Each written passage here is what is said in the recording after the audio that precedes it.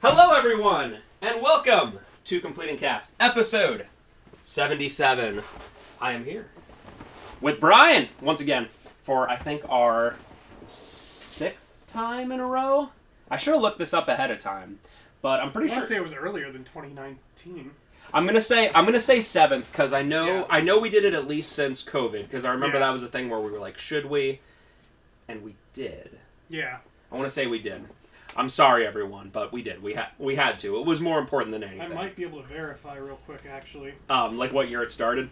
Yeah, because it was. I would have asked you for your address, and that's how scary data is. Yeah. That you can look that crap like I talked to you about it in 2019. Yeah. Let's see here. I mean, we have to have more. He's searching. I'm like, there's no way we talked that little in the past. Like no, you 6 search years a keyword in Messenger. Yeah, like address. Address. Or my street address. Alright, well, Brian's looking that up. I'm old school, so I have everything written down here. So, Brian is a writer at Cat Scratch Reader, the official SB Nation website for the Carolina Panthers. And I have video games and a Amendola jersey. 2018, so 18, 19, 20, 21, 22, 23, 24, 8th in a row. Mm-hmm. Folks, we got this. That's Brian's Cam Newton jersey. I'm wearing my Cam Newton jersey. And then that is his high school jersey. Mm-hmm. The Eagles, despite the fact that the color is kind of more Jets-like. Yep. I like it though. 85. That was a wide receiver. Cinco, yep. Right. Okay. That was based off of Ocho Cinco. So then? when I moved from Kentucky to South Jersey, it was like right in what you'd call training camp. Yeah. So my number picks were limited. I think I was number 11 or something like that in Kentucky. So my picks were like that or an offensive lineman's number. So I was like, all right, I'm Ocho Cinco. I'm surprised they even let you. I guess they had nothing available at that point. But no, really nothing, yeah. That is one thing, before we get into our previous year's picks, that I'm still thrown off a little bit, is the fact that everyone can do any number. I'm not against it, but it was just like your favorite tight end was always like in the high 80s or maybe high 60s or high 70s or whatever.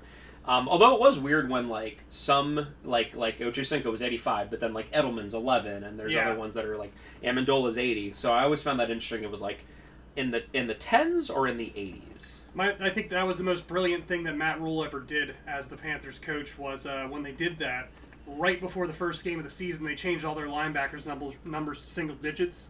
So it was really freaking weird just to watch on TV. I can only imagine what the quarterback was thinking, too. So even just that small extra thing to slow down the quarterback to see, like, seeing a number 7 and 4, right, I think, were being the like, ones, what? Yeah. Well, that's probably the only good thing that pretty much that Matt Rule He drafted Chuba Hubbard. That was his wife's idea, apparently. Okay. But yeah. Okay. Where is he nowadays? Matt Rule? Yeah. Nebraska. He's the head coach, right? Yep, head coach from Nebraska. Last I checked. I don't think he got fired anytime recently. I was going to say, they seem to be doing, as Nebraska has the last 30 years, fine. Yeah, it's Nebraska. The Cornhuskers, so, yep.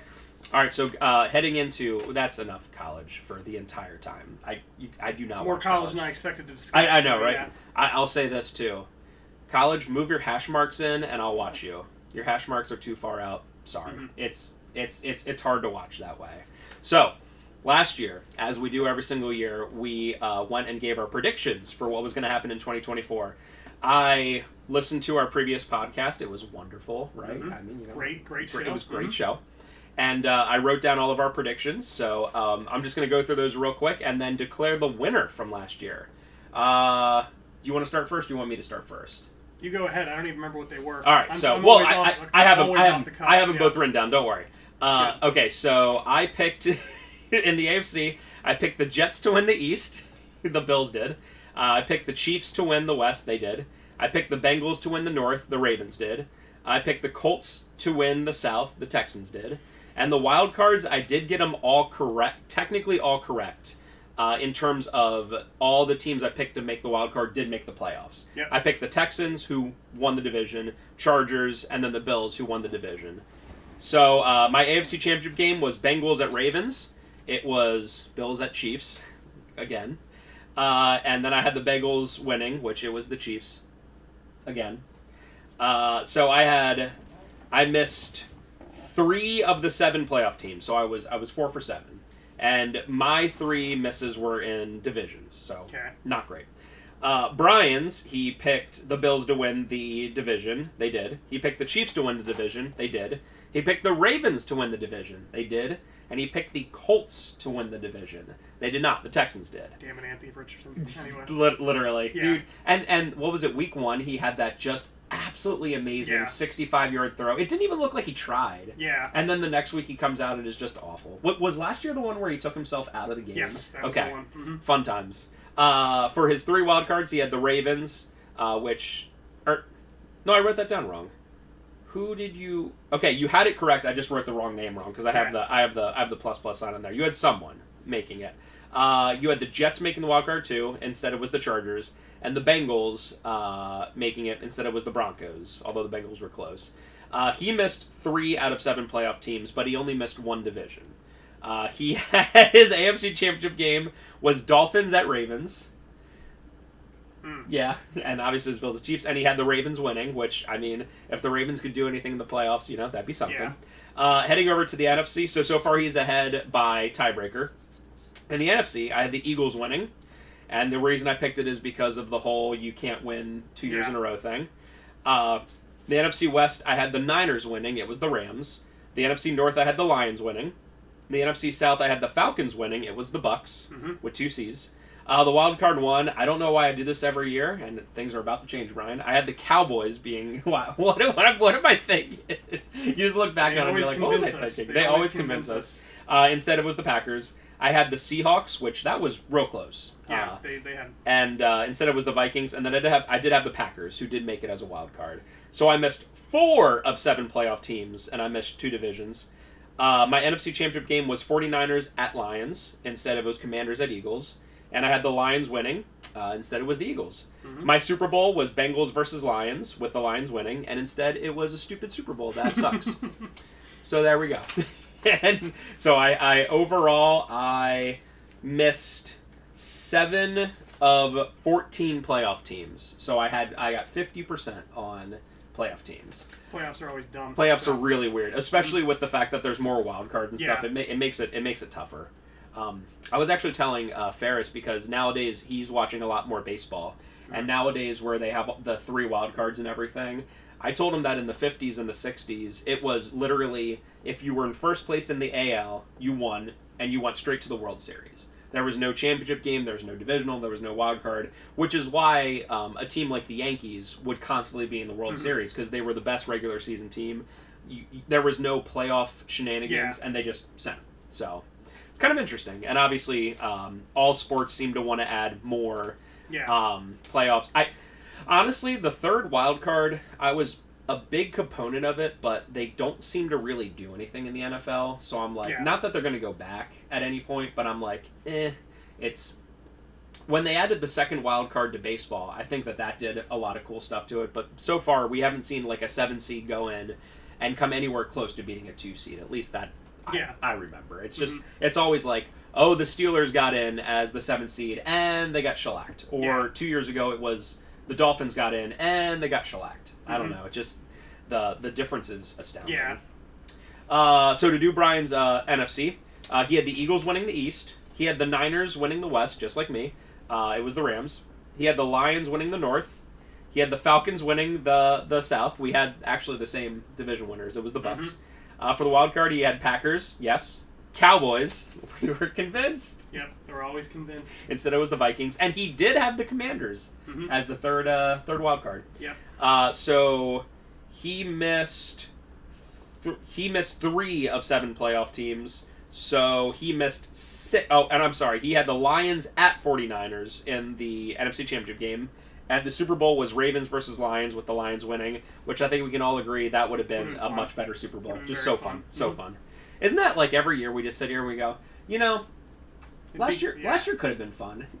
I mean, I personally enjoyed watching the Chiefs get destroyed, but to each his own, I guess. So. Yeah. No, and so overall, just to finish it off, Brian missed 6 of 14 playoffs. So he had 8 of them. He was 1 ahead of me, and he is the champion from last year. So, hooray! You win. Still not the Super Bowl we wanted, but yay. Yeah. Well, I feel like that's been... Let me ask you this before we move on to 2024 in general. When's the last time we had a Super Bowl that we generally wanted? Was it literally Pats versus Seahawks in 2014? Like, I know people have always kind of hated the Pats, but when you looked at it, it was more of like, okay, these are clearly like the two best teams, great offense versus great defense. It seems like since then, it's mostly been like even Eagles versus Patriots, which was an amazing Super Bowl. People were like, I don't want the Pats in this. But then again, it was a weird championship game weekend, too. The last one where I was like really hyped for the entire matchup was Ravens-Niners. Just because I felt it was going to be 2012. A really good game. And it ended up being that. So It just seems it's rare when, first of all, when both one seeds make it. Yeah. But even then, when both one seeds make it, sometimes you're like, this isn't really a good matchup. Yeah. Obviously, the Super Bowl is weird because you're like, hey, conference and conference, you guys barely play, but yeah, go at it, kind of thing. Right. But yeah, it just seems like every single year it's like, how do you say, we get two steps below what we wanted. Like, having the Lions in there... The one that I wanted so bad once the season was unfolding was Lions and Bills. Mm-hmm. I was like, you know what? I want the Lions to win for my son Ferris. He's a Lions fan, but I was like, dude, if the Bills win, I'm happy for them. Yeah. I'm not that petty, yeah. right? Like, please win it. And instead we had, do the Eagles burn down Broad Street, or do the Chiefs get a three-peat? And the Chiefs would have fans. Never would have shut up. Nope. Ever. Always be... Ever. Yeah. I'm going to say... Worse than the Steelers, yeah. I'm going to say something I'll never say again. Thank you, Eagles. I almost wore my Eagles jersey over. I came very close. That was the one time where I was like, wow, this is really the lesser of two evils, because I try to look at the sports results as what's going to annoy me least. And although we live in Eagles country and that it's been pretty annoying... A Chiefs three-peat, those Chiefs would have been the worst. Fans, they never would have shut up. No. Honestly, it would have been... It's like flying too close to the sun. It literally, Pats fans, if they would have won the 18-1 Super Bowl, they would be even worse than they became. It would have been off. And like looking back at, of course, do I wish they would have won? Amazing storyline, all that. But literally, Pats fans would have been... They would have... become demons at that. It would have been the worst thing ever, so I take a positive out of that. But we'll do our picks for 2025 at the end of this podcast, but right now I'm just saying I would take a Bills versus Lions again, or something fun, please. Something fun. By the way, I don't know if you know this, I did not watch a single second of that Super Bowl. I'm aware. And it's true, because I was just doing stuff. Ferris was watching in his room, and I was doing stuff just in the living room, just doing anything but watching the Super Bowl. And Ferris would come down, and I told him specifically, I was like, do not tell me anything. This is clear, do not tell me anything. And he did what like kids will do, where they kind of skirt the rules, and he was like, oh, Dad, one team is getting shellacked. And I was like, okay. To pique the interest, I was like, okay. And I still didn't watch until the very end. I knew that the Eagles won from... This is my Sherlock Holmes, because I kept hearing fireworks around, and when he told me one team's getting shellacked, I was like, okay, it's got to be the Eagles, because I kept hearing, woo! Yeah, and I was like... many Chiefs fans around here. I was like, there's no way, So my environment kind of told me, what was happening, but I did not watch a single second of it. I watched the highlights, and I was like, that was kind of boring. The pick six, Cooper DeJean, was pretty cool. I do like seeing Mahomes getting Shrek out there. Beat up. Yeah, he was. Now listen, he's a fighter, but the one thing I would say is when Sirianni took out all of the starters and the Chiefs, it went from being like 40-6 to like 40-24 or something like that. I really wish he would have just kept his foot on the gas pedal, because at least Chiefs fans 5 years from now they'll be like, oh, it wasn't that bad. It was 40-24, and it's like, no, you were getting killed. Yeah, that was mercy. That can happen in sports where you're like, well, it wasn't so bad, and it's like, no. Sometimes you can look at a box score and it's like 24-14, and you're like, that was a close game. Well, I've even looked at box scores of games that I watched and been like, it really wasn't that bad. And then I go back and go through the actual score. It's like, it was bad. Yeah. There are several Panthers games like that in the Pantheon. So yeah, stats can honestly sometimes lie. It's very interesting. All right, so heading now 2024. It's in the back mirror. We're heading to 2025, and we're talking about the preview of the 2025 season. So, my question for Brian is, how'd you enjoy the season, Brian? Actually, no, we're not quite at 2025. Let's do a Panthers real quick. How'd you enjoy the Panthers season, Brian? It was a roller coaster.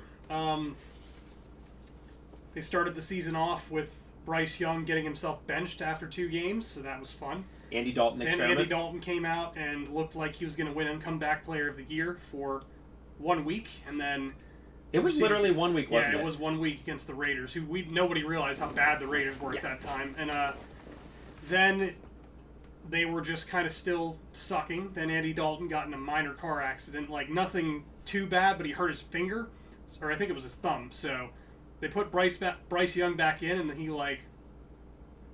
wasn't great to start off, and then he just started kind of getting on a roll.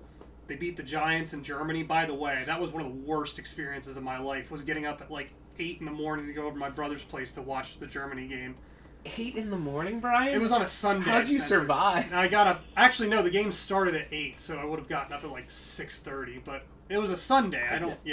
But everybody was over there was like sleeping too, because they had all like I should just say we were all up like drinking and having a good time the night before. So like, I'm sitting there. My buddy who's a Giants fan is literally sleeping next to me while a decent game is actually going on. And then after that, like a flip or a switch really flipped with them.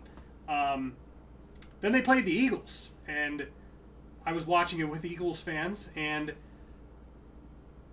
the Eagles ended up winning the Super Bowl, so there's not a lot of things the Eagles regret, but they were an Xavier Legette dropped pass away from losing to the Panthers. At home, by the way. At home. Yep. Then the Panthers went on to play the Chiefs the very next week, and they almost beat the Chiefs too.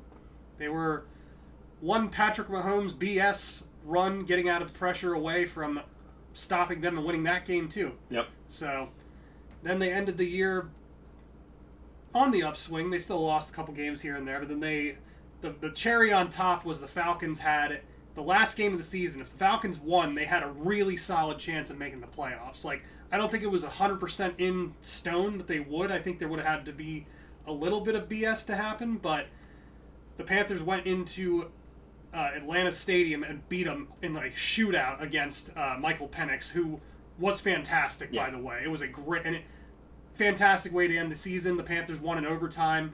Bryce Young threw for like 3 touchdowns, ran in for 2. Penix had like 4 passing touchdowns. So offensive shootout to end the season, and it was one of those where it's like, oh, it wasn't horrifically sad to end the season. So they were 5-12, 6-11, 5-12, 5-12. But it was a 5-12 that easily could have been a 7-10. Yeah, easily with a couple. Yeah. I mean, if you look at compared to last year, as an example, the Pats were 4-13 and the Panthers were 5-12. There wasn't one game worth of difference there. Yeah. You know what I mean? Because that's just, yes, wins and losses are absolute, but sometimes there's demoralizing losses, which was almost all the Pats ones, and sometimes there's, yes, no loss is good, but like you go into the Eagles Stadium and you almost beat. It's like, okay. You know, for a team like that, like, sure. Yeah, their rush defense was one of the worst of all time. Yes. From a yards per snap basis, and they actually kept Saquon Barkley. Part of that was the Eagles' fault, but because I was sitting there the whole time being like, you should just be handing the ball to Saquon Barkley every freaking play, and they weren't. But at the same time, that's a moral victory. Like, if there is one in the NFL, beating the eventual Super Bowl or almost beating the eventual Super Bowl champions on literally a wide receiver who was already hurt and had a hurt hand, dropping a pass like in the end zone on what would have been like the game-winning score. Super moral victory there. Yeah, you guys had a tale of 2 seasons, because it really did look so dark. And even when Andy Dalton came in, like, fantasy-wise, that was great. You know, because you're like, oh, cool, Panthers players are kind of relevant now, right? But in terms of real life, you're like, as a Panthers fan, I would be like, okay, Andy Dalton came in, that doesn't mean anything. Yeah. We could go 9-8, and it wouldn't mean anything because Andy Dalton's not the future. No. And the team wasn't good enough to go, oh, we can have a journeyman and do something. No. Right? Mm-hmm. So it was just like, all right, I guess. But maybe Bryce Young really needed that time just off, It just something changed. And, playing professional sports, I mean, there's a reason they pay sports psychologists 6 figures, because sometimes it's just all in here. And a lot of that might have been that for Bryce Young. So a lot of that, too, is just he had a brand new head coach, literally had never been a head coach before in Dave Canales either. So he was used to being... He had just been an offensive coordinator for 1 season, by the way, for the Buccaneers. And he had to go in there and right what was a horrific ship from 2023. So it did take him a little bit of time to kind of figure it out and get on the same page with Bryce. But when they did, it's been a long time since I had, like, offensive football from the Panthers where I wasn't like, oh, this is kind of sad. Like, Right. Between Sam Darnold and before he had his really great season this past season, and Baker Mayfield before he went to a team that didn't abuse him. So, The Baker thing was just so bad for everyone because they didn't give Baker, anything to succeed. And they were so quick to kind of pull the plug and, Baker's better than that. And it was rough. So is this right now, sitting here today, the most optimistic you've been about a Panthers team in probably years, right? Yeah, at least the 2019 season. I mean, every year they'll always find a way to get you into like optimism, like they could be better than I think they're going to be. Every year they do that because it's training camp. You get all the highlights, none of the lowlights on the social media. All the players are talking about how competitive they think they're going to be and how good this group of players is going to be. But over the last 2 seasons, they've really done a good, consistent job of assembling talent in ways that I can't criticize. That it's hard not to be like, they might be a real NFL team again. Good. So, Good. Yeah. I mean, that's all we can really hope for at this point. I mean, I was thinking about it, this is not just Panthers, but in general, the other day, and I've been generally falling out of love with baseball, MLB, for the past, 10, 15 years, and there's multiple reasons. I don't really like the stat nerd stuff, and having pitchers come in and pitch one batter and then go to the next batter and whatever, although the pitch clock has been a great improvement. I think that's wonderful. But the thing that baseball is really losing right now is with the parity, with the fact that they don't have a salary cap. Yeah. It used to be like, you would see the Rays, who were always a team that were super cheap. They randomly make the playoffs and they would go far. Yeah. But right now it's literally Dodgers, Yankees, Phillies actually have one of the top 5, if not top 3 payroll. Even my Braves have a top 10 payroll. You don't see a Kansas City Royals. I guess this year the Detroit Tigers are very good, but they have a middling kind of payroll. But recently we've seen so many teams. It's just whoever spends the most, gets there. And that's like last year with Yankees and Dodgers. I didn't even bother watching the World Series because I'm like, this is my Chiefs Eagles. You know what I mean? So I was like, whatever. And that was obviously before the Chiefs and Eagles. But the thing that NFL does just so amazing is the parity. Yeah. The Panthers were a dumpster fire, so you would not in any, even a prime Tom Brady couldn't come in there and be like, we're Super Bowl bound. Yeah. But you can turn things around and right the ship in a season. Yeah. And you could expect things to turn around with the right pieces in maybe 2-3 years. And that's just not something you see really in... I think the only other sport you really see it in is basketball, because there are so few people that play on the court. There's only 5 playing on the court. So if you get a prime LeBron James, you could put him on some crap team and you would suddenly be making the playoffs. Yeah. But it's different in football when you have 22 guys there. Right. And a good quarterback, a Tom Brady, a Peyton Manning, Josh Allen, Patrick Mahomes, is going to find the one weak link out there and go, oh, this is a mismatch. Yep. Hi. And just do it all game kind of thing. So it's such a team sport, and to see the parity the NFL gets every year is really cool. I mean, despite the fact that the Chiefs always make it, kind of thing. Last year, they were more of a complete house of cards, as we saw in the Super Bowl. I cannot tell you, I mean, we all saw it, how many games they just barely won. And it's okay to barely win games. But when you do it over and over and over again, and when it seems to be happening not by your skill, but by Yeah. the other team's imploding, you're like, okay, something's going on here. So taking that out of there, parity has been exceptional in the NFL for the past, honestly, probably 10 years or so. Yeah, I mean, there's not really many years where there's more than one or two teams where it's like, okay, you can just chalk that up as a W every week. And part of it is just teams figuring out how to navigate the salary cap, and obviously having more money injected into each franchise helps with the salary cap. The salary cap limits things, but the way you navigate that when owners have more money to spend and they can use it more creatively helps with that too. So, and overall, it's just, I think teams are finally starting to buy into things like analytics, like math, data, rather than just football feelings like a lot of the old school mentalities were, where it's like we need to do this or that, or we need to. No, most teams are now kind of like they're using more of a quantitative analysis of it rather than qualitative when they're assembling their teams, and I think that's how you moneyball your way into being like a decent team, essentially. Because that's what I've seen with the Panthers. They just say, okay, we have this weakness. We're just throwing X resources at this. Not spending on one particular player, but more so just this weakness, we want to identify it and solve it. So we're throwing all these resources at that particular weakness. And it's usually the one that most correlates with being not necessarily successful or a playoff team, but a watchable football team on Sundays. So, and you're seeing nowadays, back 20 years ago, Al Davis was famous with this. You would just see the fastest player, the one who can jump the highest, whatever, and you're like, he's a football player. Yeah. And you're seeing that a lot less. There's, I think John Ross still has the fastest 40 time of all time, and he amounted to essentially nothing in the NFL.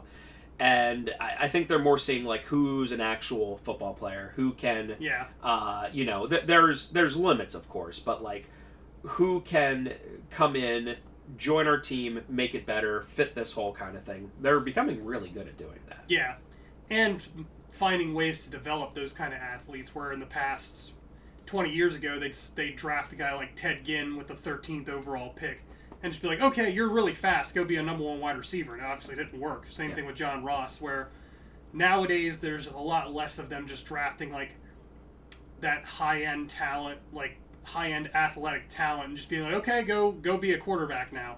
So one thing I wish that they would do a little bit more often to bring back to 25 years ago is give quarterbacks like a little bit of time to actually sit. Mm-hmm. Even like a number one pick like Caleb Williams, give him like 4 or 6 games. Last year with the Pats, Drake May was supposed to sit for, half the season. He ended up coming in like 3-4 weeks in because Jacoby Brissett was just that awful. bad. Yeah.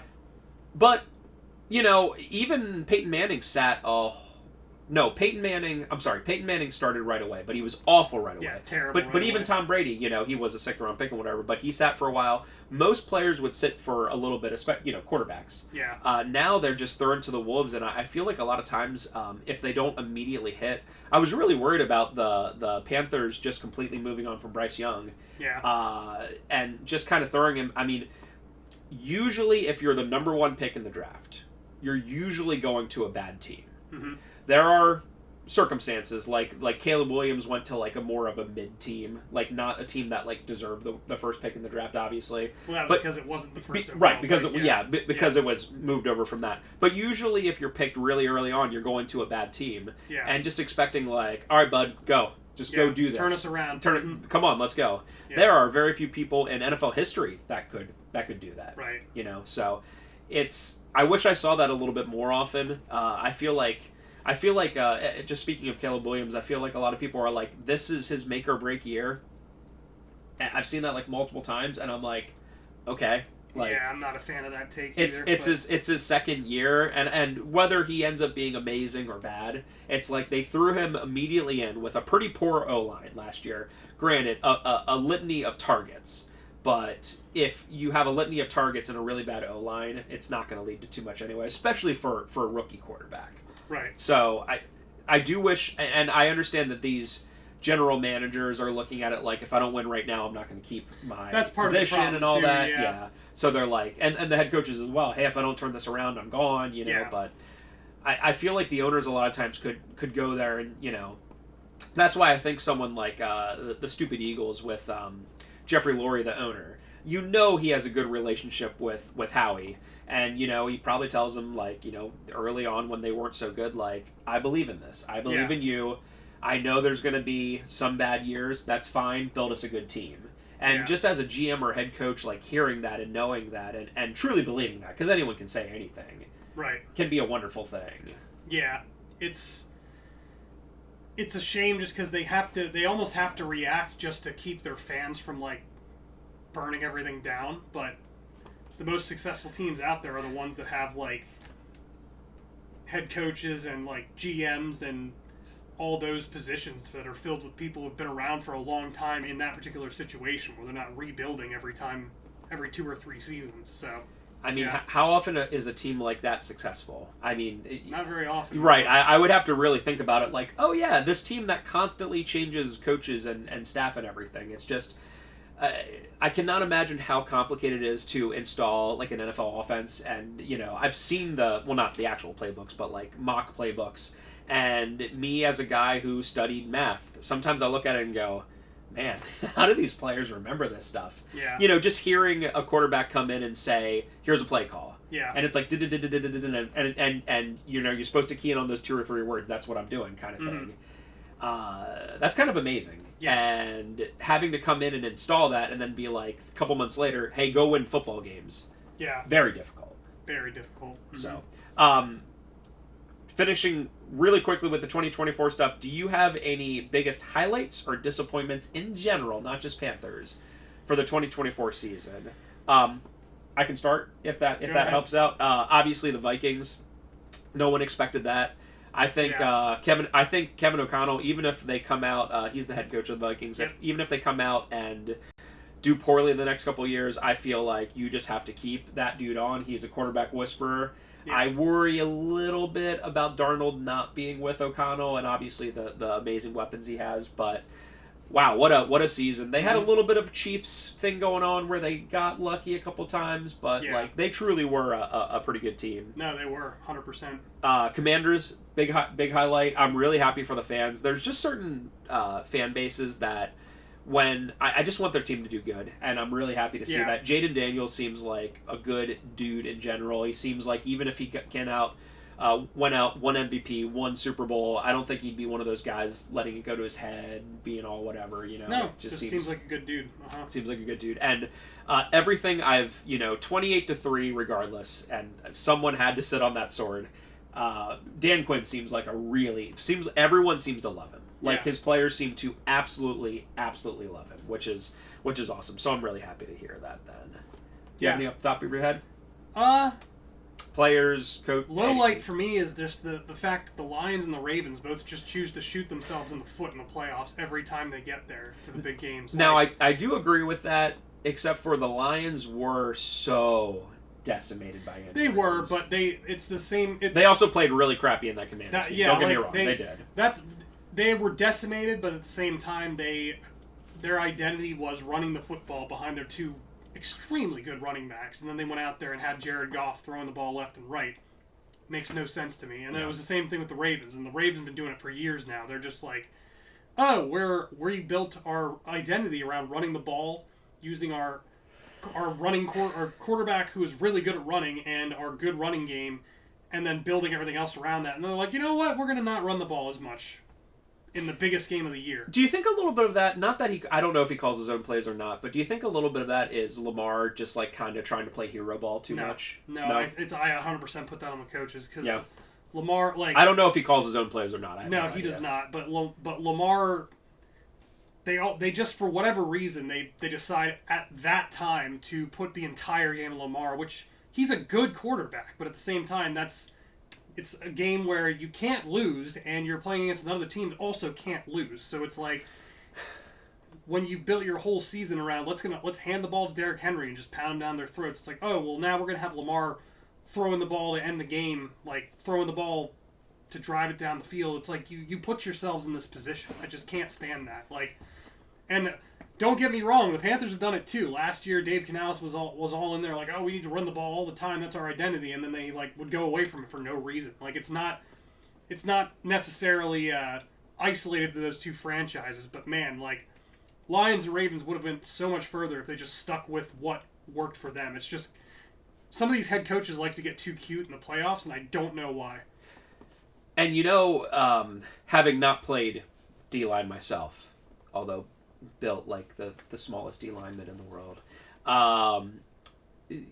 getting ran over is so demoralizing. Mm-hmm.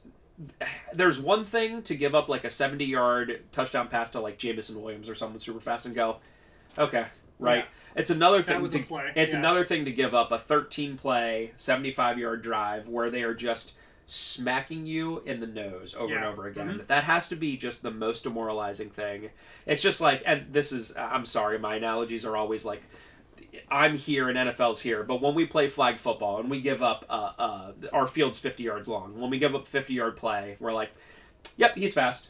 Yeah. Right, but if they're constantly every time doing 10, 15 yards, getting the third and longs, fourth and longs, it's like super demoralizing to try to get yourself to like, okay, nope, we got this. You know, we can turn it around. Right, it's a lot harder to think that way when it wasn't a one-off play. Yep. I don't understand why at this point, the Ravens have no one to blame but themselves for that because obviously the Bills, great team, although I think last year's team wasn't as good as previous year's teams, and they did have to go to Buffalo, but give up, I think Mark Andrews had obviously that drop on the 2-point, he also had a fumble, Lamar had an interception, it's like, all that stuff would not have happened if you just run the ball. Yeah, if you just run the ball with Derrick Henry the majority of the time, you don't have to worry about that kind of stuff. So yeah, that was the most frustrating thing for me as far as lowlights. Highlights. Michael Penix Jr., I hate to say it, but that dude was really, really good. He's going to be a guy that was... People aren't talking about him as much, but I watched him go punch for punch with a really hot Panthers team, and he was freaking good. That dude has a gun. Like, yeah, he can throw a really accurate pass down the field. Like, I was like...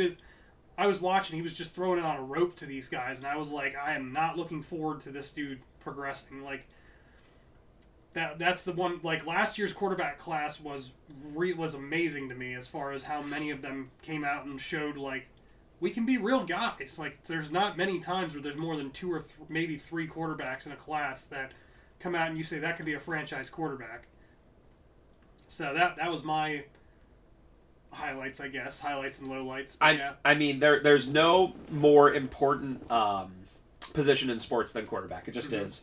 And the NFL is a better product when there's good quarterbacks. Yeah, when there's several. Yep. We're getting over we're almost out of, and we're pretty much out of the Brady, Roethlisberger, Manning, when we look back 20 years from now, I feel like, us as old men will be like, the kids these days, they don't know. But like legitimately, I think people will look at that as like one of the best times of NFL history. Maybe akin to like when John Elway, Dan Marino, Steve Young, all that stuff. But we're just coming off of that. Aaron Rodgers is the last one from like that era, and he's just about done. And I feel like there was a couple years there, besides Mahomes and obviously Josh Allen, and to an extent Joe Burrow. We're kind of building up who's the next leading the way, especially after Mahomes being in the league for like 8-9 years now. Who's that next person? And boy, I just want it to be anyone but Mahomes at this point, please. Yeah. I would take that. Although, as you'll see later with our picks, I ain't picking no Bengals. I'm sorry, dude. Bengals. It's not happening. All right, shifting over to fantasy football. We're going to talk about some fantasy football stuff. We're both in the same league. We both had really sad times last year.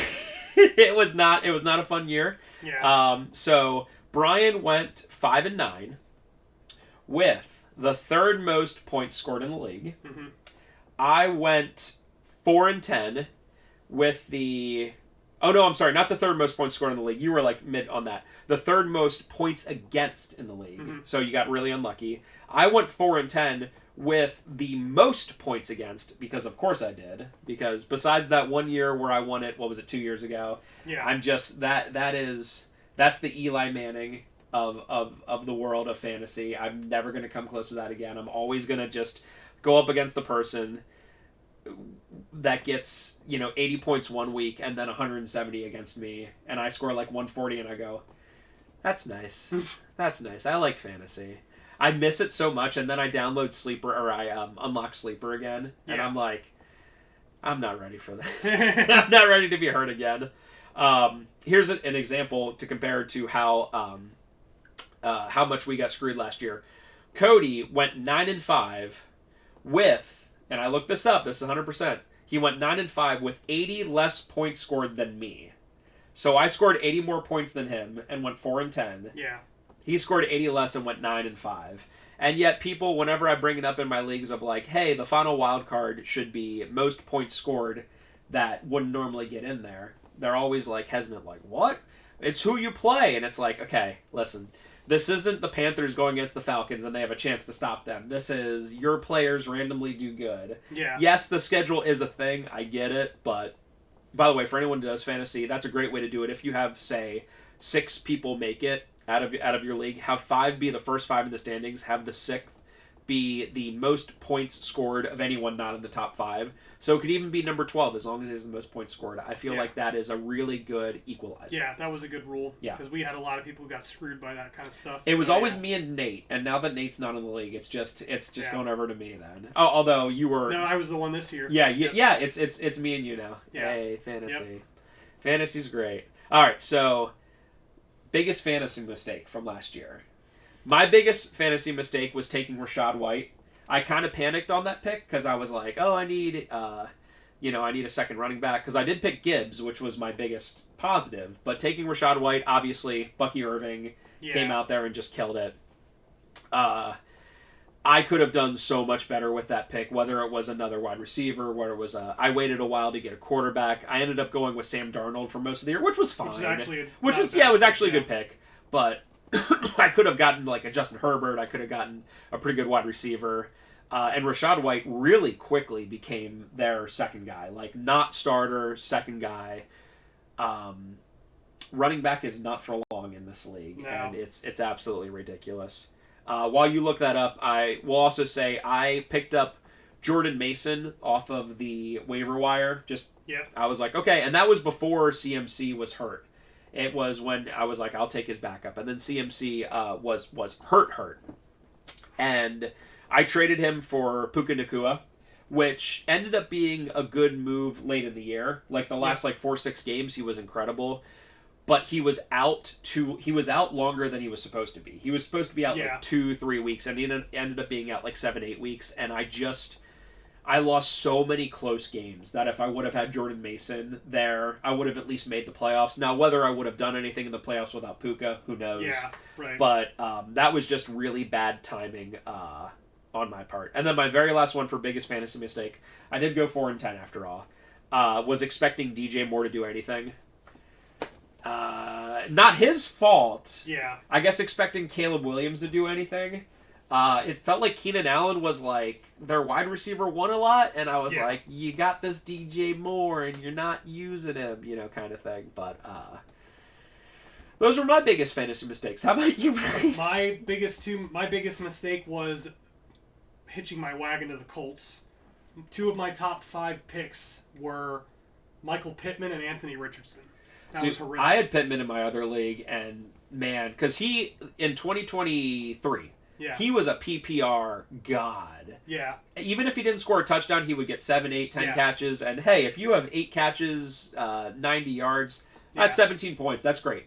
I'm good for a wide receiver 2 kind of thing. Mm-hmm. But boy, he didn't do anything. And the Colts did.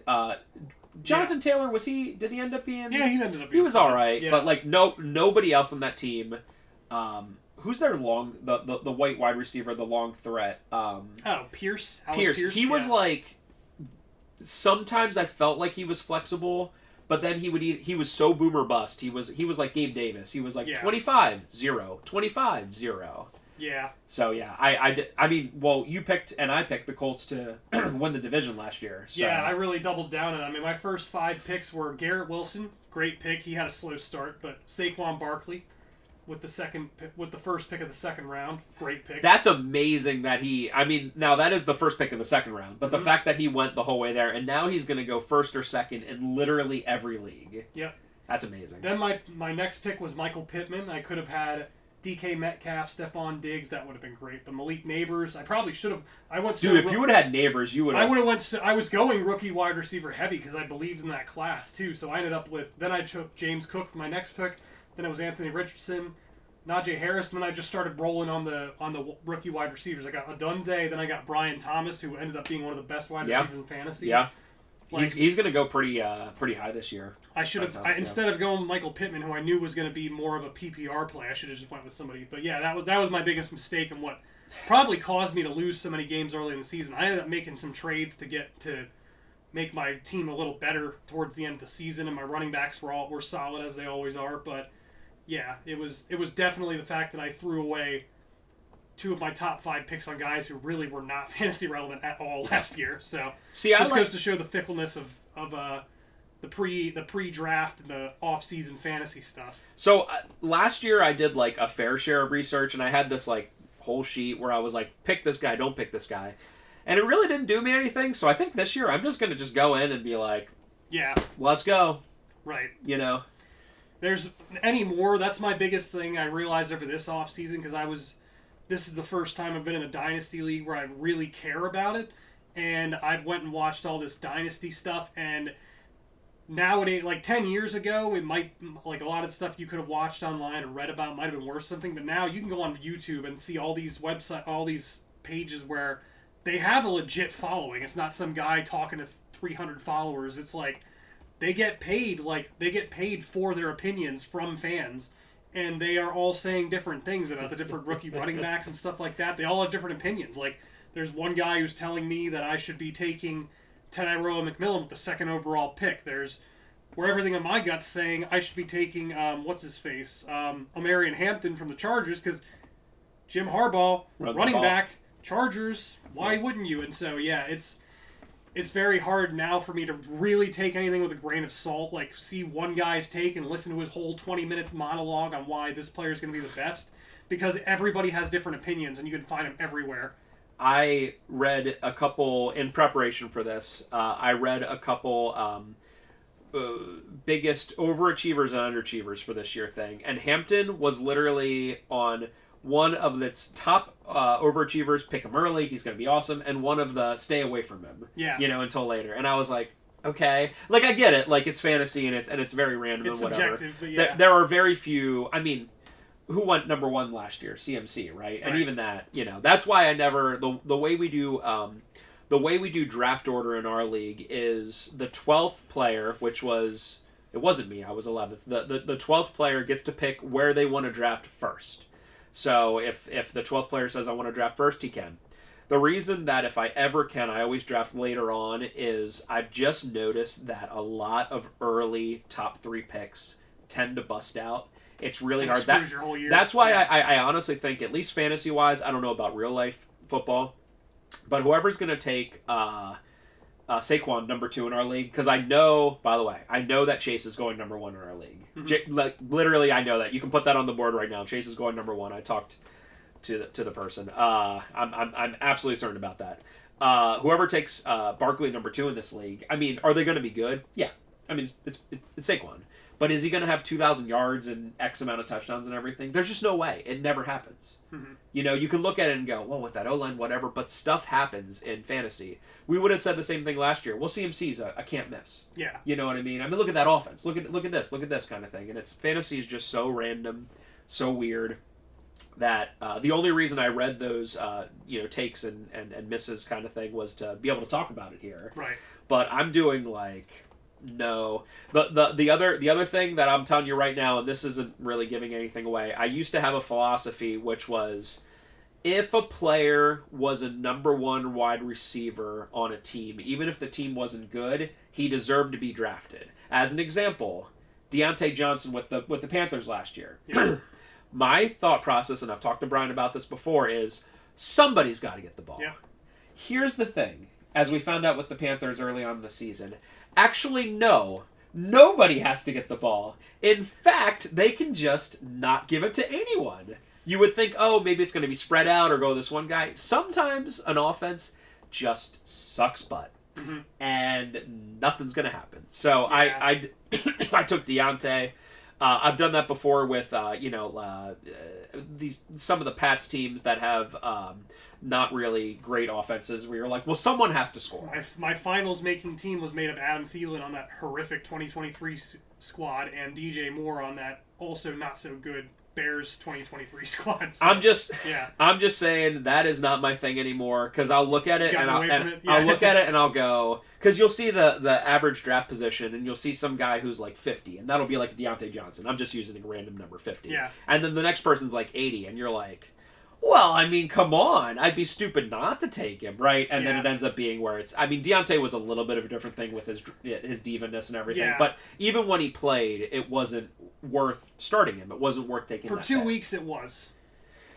After that, it fell it's off. It's a long fantasy Yeah, season. It was extra long for me last year. That's the only thing I do. The one thing I do pay attention to is just because it's a statistic and not subjective, is the ADP for players, but... Not an end-all, be-all, but it's just one of those things I look at where if I'm really trying to make a decision, it's okay. Who's why are they getting drafted higher than this person, etc. But other than that, yeah, it's all a crapshoot anyway until... By the time you really know how your draft looks, it's too late to change anything about it. So, yeah. But yeah, just looking at bad offenses from this year, just as an example, it doesn't look like the Browns will have a good offense, right?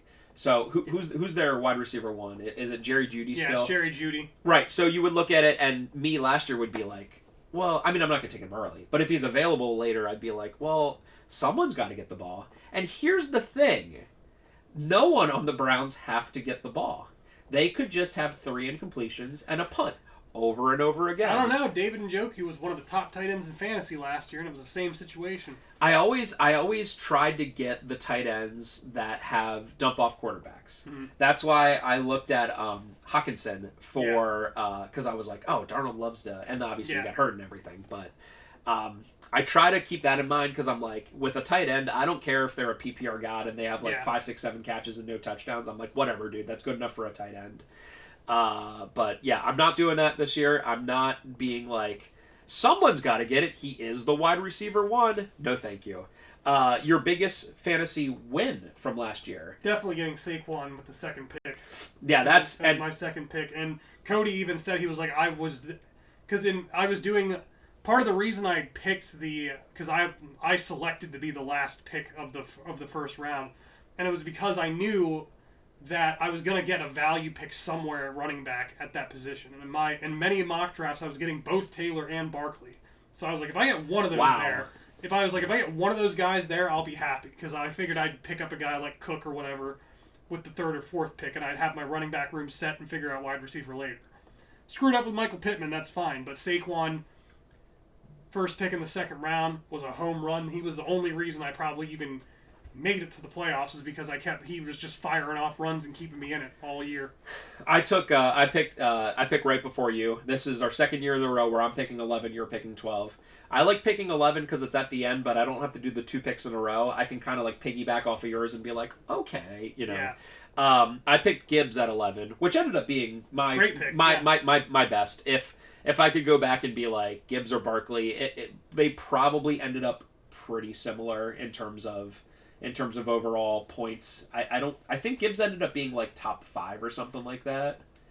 I'd want to say Barkley would have outperformed him, but I'm not sure. For sure. Yeah. But it wasn't that far of a... It wasn't ridiculously off. Yeah, he definitely, because Saquon was number 1 for all running backs, but I don't think it was ridiculously off there. So I was like, you know what? And Barkley was not going that early. Nobody believed in him at that time. Even hardcore Eagles fans weren't taking him first round or first part of first round or anything like that. As I mentioned, we're picking the same spots again. We got to choose it. I picked 11 again. Brian picked 12. So will things change? Will things stay the same? We'll find out then. This draft's going to be a lot weirder. So if we feel like saying this, and you're free not to, Cody and RJ, well, Brad's not going to listen to this anymore, but he'll probably still listen. We miss you, Brad. I miss you in the league. Sometimes I have Simpsons references, and no one else is going to get them, like classic Simpsons references. Yep. And I'll just post them anyway, and no one gets them, and I'm like, it's great. At least Brad would have given a, but no, that we miss you, Brad. I also I realize he's the smartest one of all of us to get out of fantasy. because it is very frustrating. So, anyone we looking at? Anyone we're avoiding? The only observation I'm going to make right now is that there's going to be a lot more young players that we're not used to this year going in the top rounds. All of my mock drafts have been different. I've had some where I've gotten two top running backs and been ecstatic. Then I've had some where I've gotten Malik Neighbors and another super young wide receiver where I feel super uncomfortable linking my season to two guys where it's like they don't have the guaranteed production of guys like the top, like some of the other top guys like Jamar Chase or like Puka, that kind of Puka. thing, yeah. So this is going to be an interesting year because I feel like this is the first draft I've seen in a while where, because number one, there was the injection of talent at running back this year because this is one of the deepest running back drafts in many years. So there's like 5 or 6 new faces in the running back conversation now that are all going to have carries. There's guys like R.J. Harvey where Sean Payton was allegedly obsessed with him as a Bronco. Then they ended up going and signing J.K. Dobbins anyway. But still, there are a lot of people out there saying that R.J. Harvey would be worth it because Sean Payton really liked him. So, I think the entire running back conversation is going to be completely different this year than we were expecting. But when push comes to shove, we're going to sit back and look at the running back rankings and be like, not what I was expecting. And I guess that's where I'll leave it. I don't have any particular targets in mind.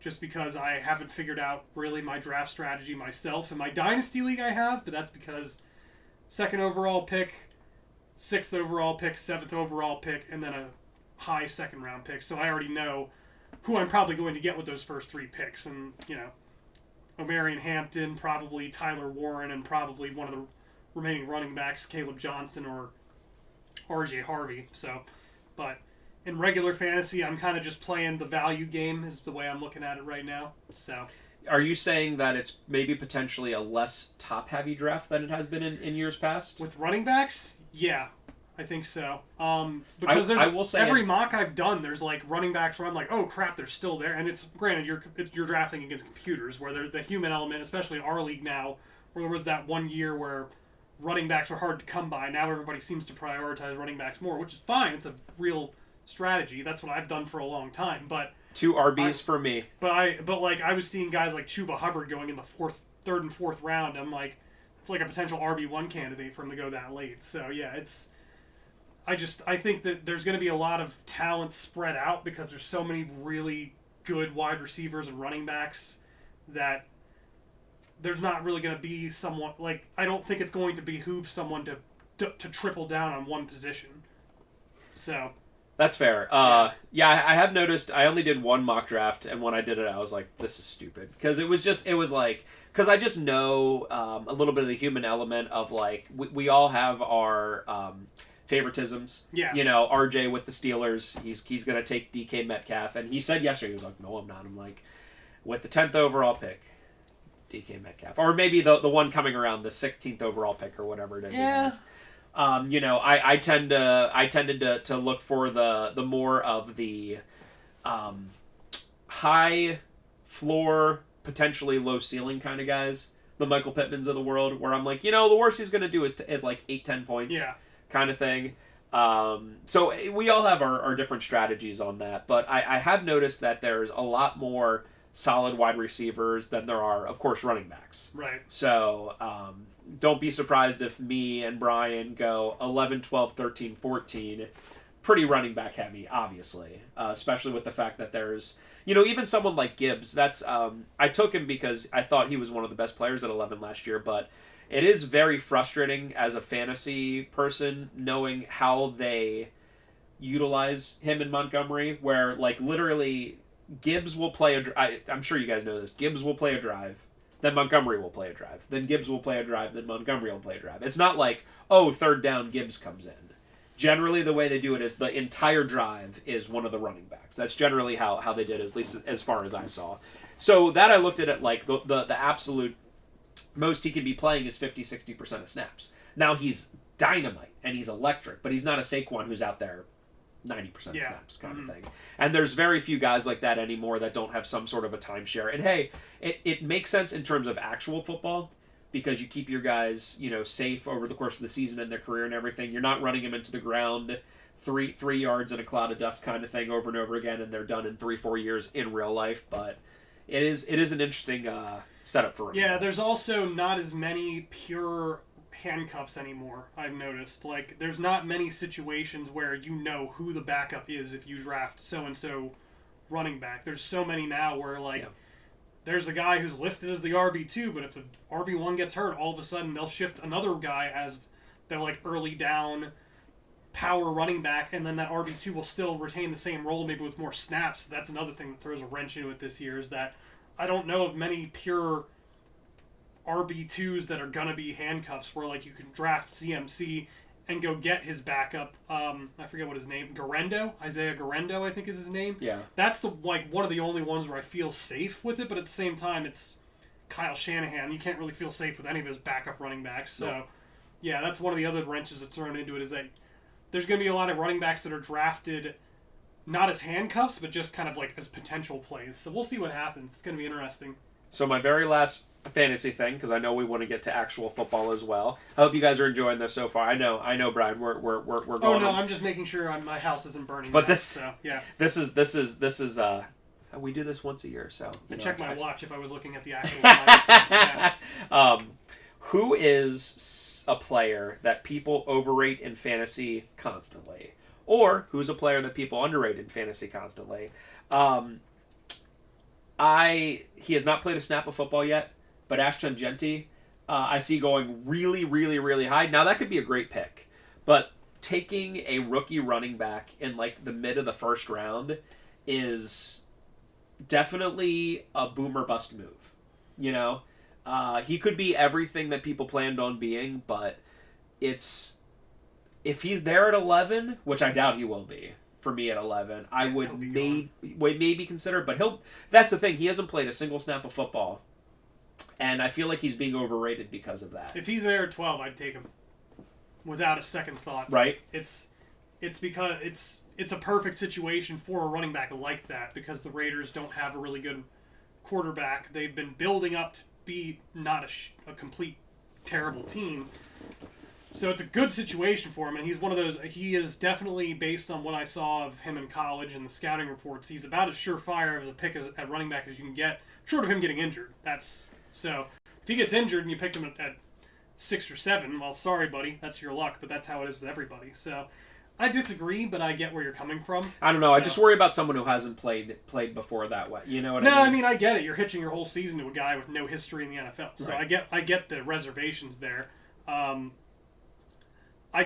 definitely a guy where I see him as a premium selection, and he's got if he was selected in the second round, I could see people not wanting to invest, but when a team burns a pick like that on a running back, they're going to run the crap out of him and hopefully he never makes it to a second contract. That's how much they're going to run him. It's I guess is the way that I look at it.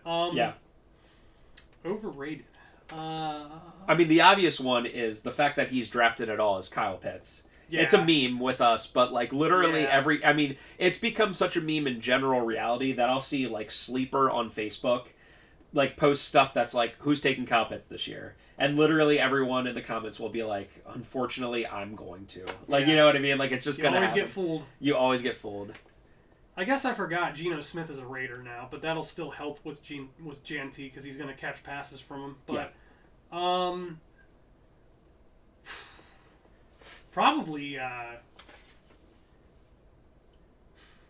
think probably Garrett Wilson. Yeah. He was really good last year, but Justin Fields can be a good quarterback for a player like that. We saw it with DJ Moore, but I just don't see any realm of possibility where Justin Fields redeems himself with the Jets. I feel like it's going to fall apart one way or the other. That's a tough one. So Garrett Wilson being selected as highly as he is, that's one that scares me a little bit. I also worry about Chase Brown, Bengals running back. Because he was fire the second half of last year, but now instead of just being a guy you pick up off the waiver wire and go, oh, I'm very surprised, I'm happy, people are going to be taking him. I'm going to guess he's going to be, second round, maybe first round kind of thing? There's justification behind it because his usage rate towards the second half of last season was up there with the top running backs in the league. The only question is just going to be the Bengals defense sucks. Is that going to continue? Like, Right. Are they going to continue to feed him the ball like they did? So, my other one might be Devon Achane. Oh. Yeah, I don't really have any reasonable basis beyond just that it's the Dolphins, and they seem to be. They've been getting rid of Waddle as well. He's going to go Yeah. somewhat early, maybe 3rd, 4th round. They just maybe. don't seem like a team that's trending in the direction of being a playoff contender, especially with everything that happened with Christian Wilkins. Like,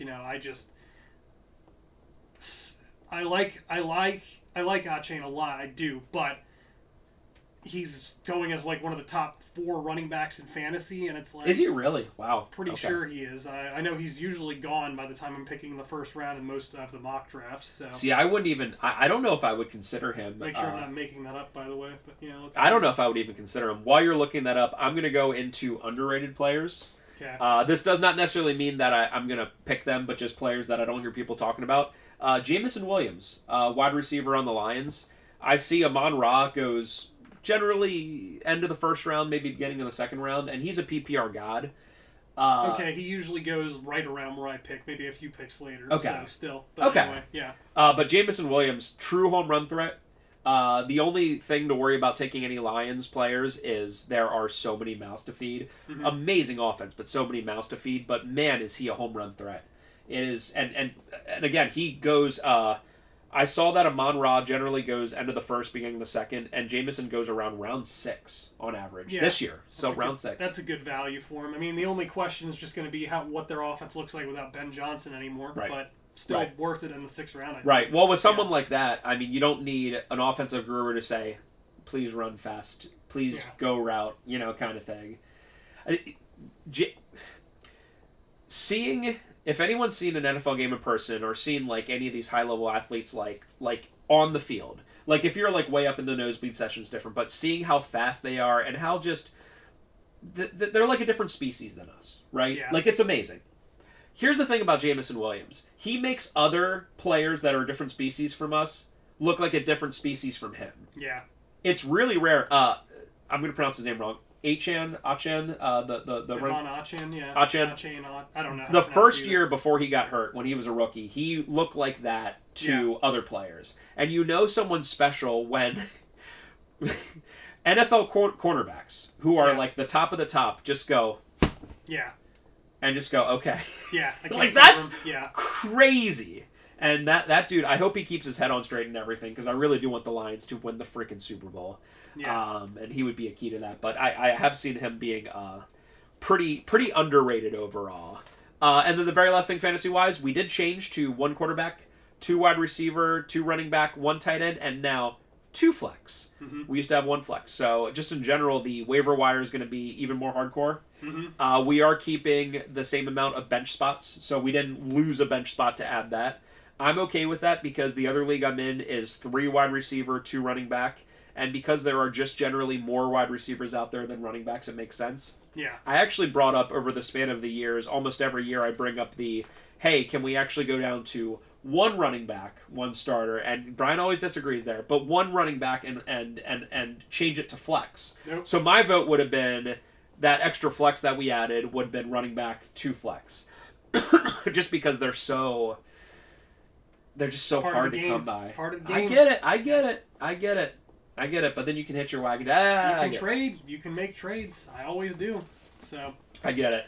All right, so quickly moving over to just 2025 football in general. This spot is actually less long than fantasy because I love to hate fantasy so much. Brian, really quickly on Panther stuff. Is there anything specifically you're looking forward to? What you're not looking forward to? And at the end, a record guess. Looking forward to seeing what their wide receiver room looks like. For the first time in years, they have what I would call a deep wide receiver room. Tedairoa McMillan, 8th overall pick this year. Xavier Legette, 1st round pick from last year. Adam Thielen, feeding Thielen, still going. Everyone I watch on YouTube seems to love McMillan. They just think that's he's the really best good. I was pick. I was ecstatic about it at the time, but I was like, there's got to be no. I mean, he just strikes me as like a Mike Evans, Drake London clone, which is great I mean, when you have a guy, and every time he struggles with press coverage, but I think that's just normal because he played in Arizona in college, so it wasn't like he was facing LSU every week. Right.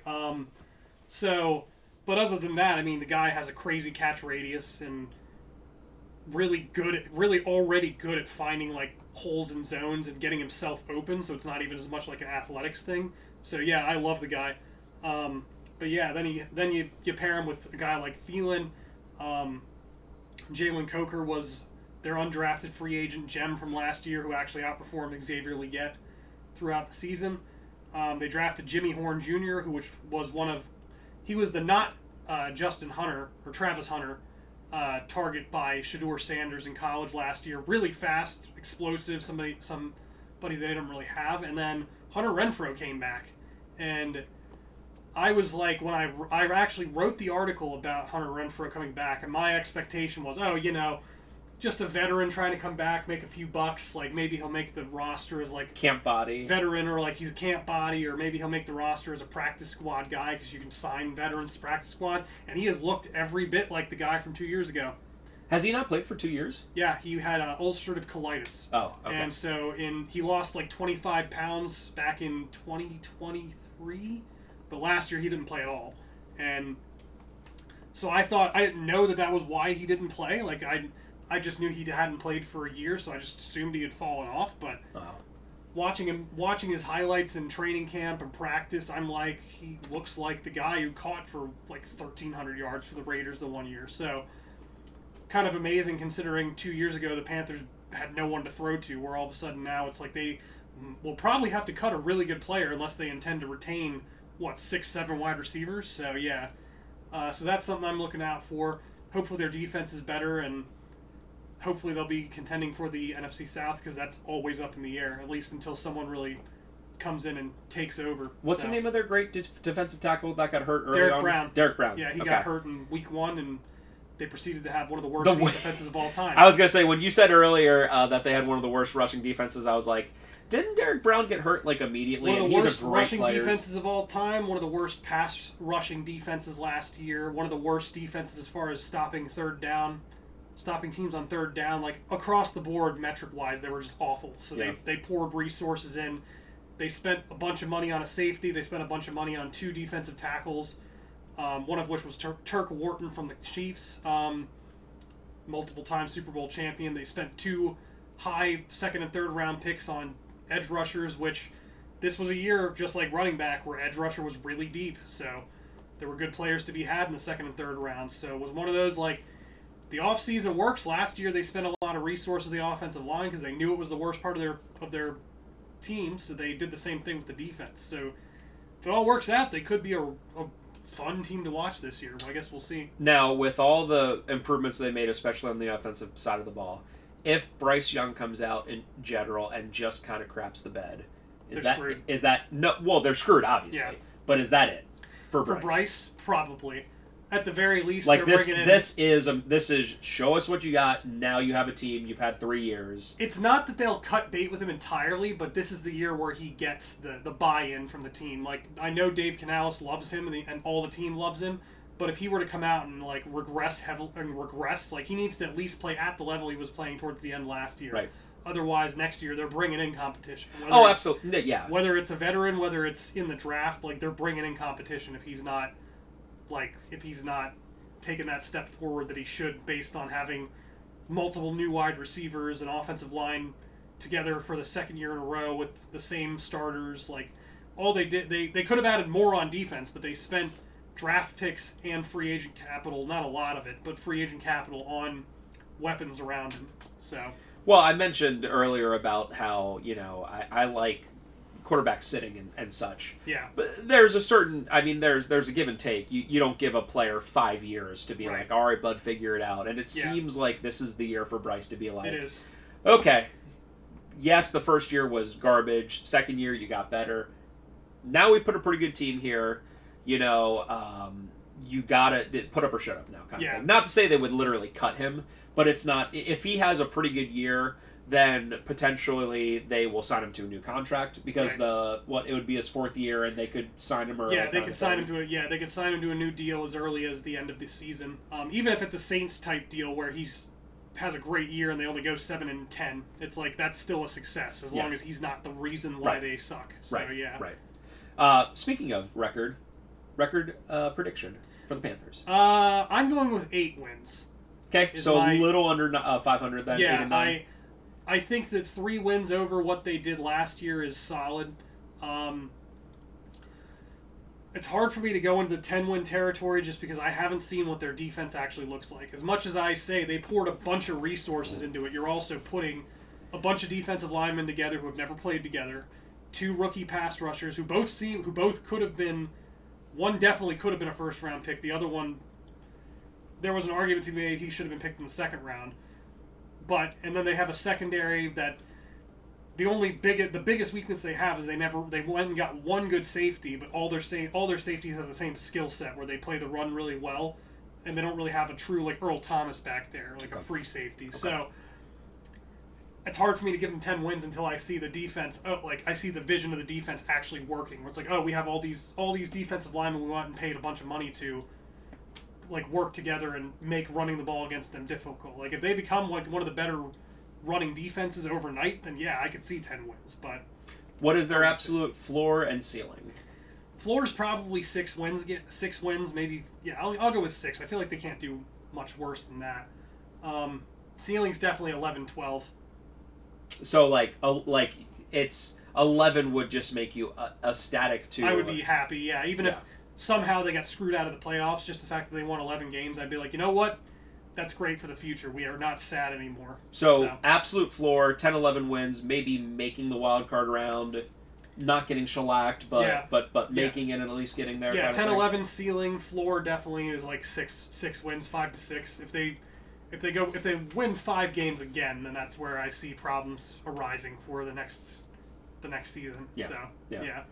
Well, this is a lot of different of a conversation than we had last year. You were much more pessimistic last year. I was. So and hey, for a reason, right? No, I mean, I was correct. Yeah. Yeah. So. Yeah.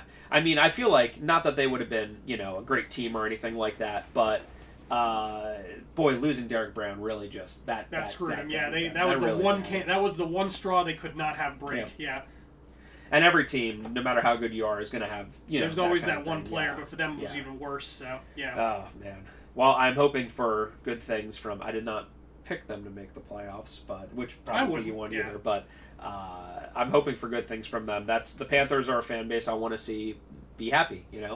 Chiefs can sit down.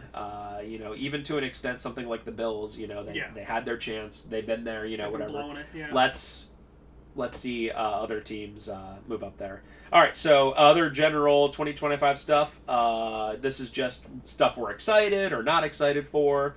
Any big moves in this offseason that you were especially excited or perplexed to see? For RJ, we have to mention Aaron Rodgers going to the Steelers. That was such a weird thing because everyone knew it was happening. Yeah. And it just didn't for the longest time. Yeah. I don't know. And then eventually they announced it, and every single person was like, "Wait, this didn't happen already?" Right? Like when RJ shared it to the group chat, I was like, "Oh, I thought this was a thing already." Yeah, they had been talking about it all off season. Yeah. Yeah, I guess it was just Rodgers trying to figure out if he actually wanted to play or not, and seeing what the Steelers did to attract him, which they brought in DK Metcalf. I thought that was a great move for them. I don't really have much to say about Rodgers. I have a feeling he's going to disappoint, but the Steelers could very easily make the playoffs as a wild card and then lose again, and that's the status quo. Yeah. But I just don't. I don't know if I see it with Rodgers. I mean, they brought in a running back. They brought in Metcalf. They also got rid of Pickens.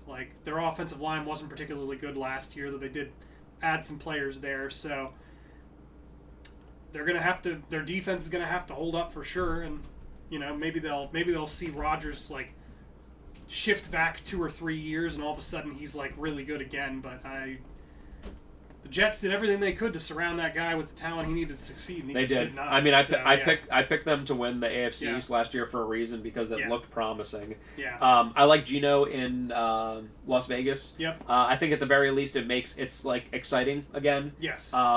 Makes him fantasy relevant. I love as a player. Well, not as a player. I love as a person Gardner Minshew, but. Yeah. I mean, when you go into the season going, hey, so our starting quarterback is Gardner Minshew. Yeah. It just is what it is. Yeah. You can only expect so much. I think Darnold in Seattle is a solid fit. He is younger. It's weird because Gino is older than you think he would be, right? Yeah. Mm-hmm. And Darnold is younger than you would think he would be. Darnold's Right. only like 27, 28, something like that, Yeah. whereas Gino's like 33, 34, something like that. So I was like, oh, these guys are the same age, and it's not the case at all. I think he's a solid fit. Is it enough to take them over the top? I don't know about that. We'll see. To be fair, if you don't have one of the top 5 or 6 quarterbacks in the league, it's really tough to look at it and be like, hey, that's the problem with the AFC right now, and we'll get to that when we get to our picks. Where it's you just look at it and you're like, all right, if you don't have Lamar, if you don't have Joe Burrow, if you don't have Mahomes, right? What are your truly, honestly, what are your chances of making it to the Super Bowl? And you just have to have exceptional play from the rest of the team, which has been known to happen. I mean, we saw with the Eagles last year. Yeah. I thought Jalen Hurts played fine, if not good, but I don't think anyone at any time would be like, well, Jalen Hurts was the reason that they were winning games, or that they really. I mean, he played well in the Super Bowl from the highlights I saw, but no one would be like, and he won the MVP, but no one would be like, well, without Jalen Hurts, they wouldn't have won that game. It's right. like it was the defense, it was the defensive line, it was the elite offensive line and all the weapons around him too. So, absolutely. I want to note the Bengals doing nothing to help the defense and being stingy about everything. I would hate to be a Bengals fan because it's just kind of like being a Cowboys fan. Like, it's one thing to like be a fan of a bad team, but it's another thing to be a fan of a team where like everyone just actively hates the owner. Right. Like, I don't think even hardcore Cowboys fans like Jerry Jones. In fact, the people who like Jerry Jones the most are Eagles fans. Yeah. At Flag Football, everyone was like, I hope Jerry Jones lives forever. Yeah. I hope he's the owner forever. And it's the same thing with Mike Brown of the Bengals. I'm like, why are they just so like they I forget his name, but their first round draft pick, the edge rusher. They just would not sign him. Yeah. And there was all this like weird wording in the contract that they couldn't get worked out and everything. And it's just like no other teams go through this. Right. Like, very few teams, there may be stuff where, hey, we disagree with this, can we put this in? But for some reason, the way the Bengals and the Cowboys and some of these other just weird teams do it, there's just animosity with both sides. And I would just be really upset if I was a fan of one of those teams, because I would be like, it's one thing to have a good product on the field, but when the head guy just sucks. I think it was Shamar Stewart. I think you're right. Yeah. I think you're right. Yeah, that was a weird situation. Weird situation. Just everything about the Bengals this offseason, I'm like, oh, man. And I want them to do good. I like Joe Burrow. Yeah. The Bengals are a team I want to see win it all, so, their fans can have that. Lions losing both Ben Johnson and Aaron Glenn. I want to see how big that is. Obviously, Dan Campbell is the straw that stirs the drink, but Ben Johnson, people do look at him as an offensive guru, and to be honest, a lot of those weird trick plays they called and stuff were stuff that you don't even see in Madden. So that dude clearly has it there. Now, is he going to be a head coach that goes in and you go, ooh, we need to get him back as a offensive coordinator somewhere? Kind of like Steve Spagnuolo. He had his chance and as a head coach, and then he went back to defensive coordinator, and you're like, yes. You're good right there, kind of thing. I'll see. I mean, I actually thought Ben Johnson being paired with Caleb Johnson with Caleb in Chicago was one of the best things that could have happened. I agree. Yeah, and that's not that this will be Caleb's whatever, but like at this point there will be a lot of dissonance happening to Caleb, even more. Yeah. If he has all these players, this coach, even though it's the first year, I don't think anyone would expect them after. I don't know if I talked about it last year, but it was crazy how people were so high on the Bears. They were like, 10 wins, 11 wins, winning the North, and it's like, whoa, what? Like, I mean, was this the first year in 5 years that the Bears weren't off-season champions? Or maybe they were off-season champions again. I don't know. I mean, it's a meme at this point. They made a lot of smart moves, but at the same time, it was like, well, you got to see all the pieces. That's why I was saying I'm skeptical about the Panthers because objectively they made all the right moves. It's Yeah. the same thing with them. It's like you can look at objectively it all makes sense, but you have to actually see it on the field first before you can be like, you know what, this new team is going to enter the playoff situation and they're going to dominate. So yeah, That's why week 1 is so amazing because you get to see all this. It literally is the first Sunday of football. Should be a national holiday. I'm not joking. Yeah. At least it is in this house. This is another one of my here-to-here analogies, but I've been coaching Little League baseball for the past 4 years. And there are some kids that when we do warm-ups and when we do practice, I'm like... and they're 9 through 12, so you're not like... I'm not hard on them, but, I still have to make the lineup and try to have them win and everything like that. Yeah. And they just don't impress at all when we're doing, like warm-ups and whatever, and they come out during the game and they just kill it. Mm-hmm. And there are other kids where when I'm pitching them, so when I pitch, one of the things we ask them over the course of the years, because a lot of at that level, when you throw a warm-up, a lot of them do, like, the dad pitches where you're just throwing it, like, whatever, and the kids would all tell us, well, throw it harder, because that's what we face during the game. Right. They don't throw it this slow. Throw it harder. So, okay. I'll throw it harder to them. And there's kids who, boom, boom, boom, everything. They're hitting all over the place. And then they come up during the game, don't get a single hit. Just look lost out there. And there's something about seeing something from the practice field to actually... There's something in people's DNA to allow them to just do well during those moments. I asked this in the group chat the other day. If I said for Pat's wide receivers, who's a better player in their career, Wes Welker or Julian Edelman? Who would you take if you were starting a team in their prime right now? I think it's pretty clear that Wes Welker was a better player. Yeah. I don't even think it's up for debate. Wes Welker was one of the best slot receivers really ever. Yeah. But if you ask any, especially Pats fan, who would you take in one game, one play? It's not a question that you take Edelman. Because if you look at Edelman's stats, and I would still be for him being in the Hall of Fame simply because of what he did in the playoffs. Yeah. But if you look at his regular season stats, he had probably, I think, less than 50 receiving touchdowns in his entire career in the regular season, whereas Welker had just so many, just ridiculous. But not a single Pats fan would be like, yeah, I'd take Welker. Yeah. Fourth quarter of the Super Bowl, one drive, I'd take Welker. No, not a single one. And there's something about that in sports that's just amazing, where you get those, David Tyree's, Edelman's, these people...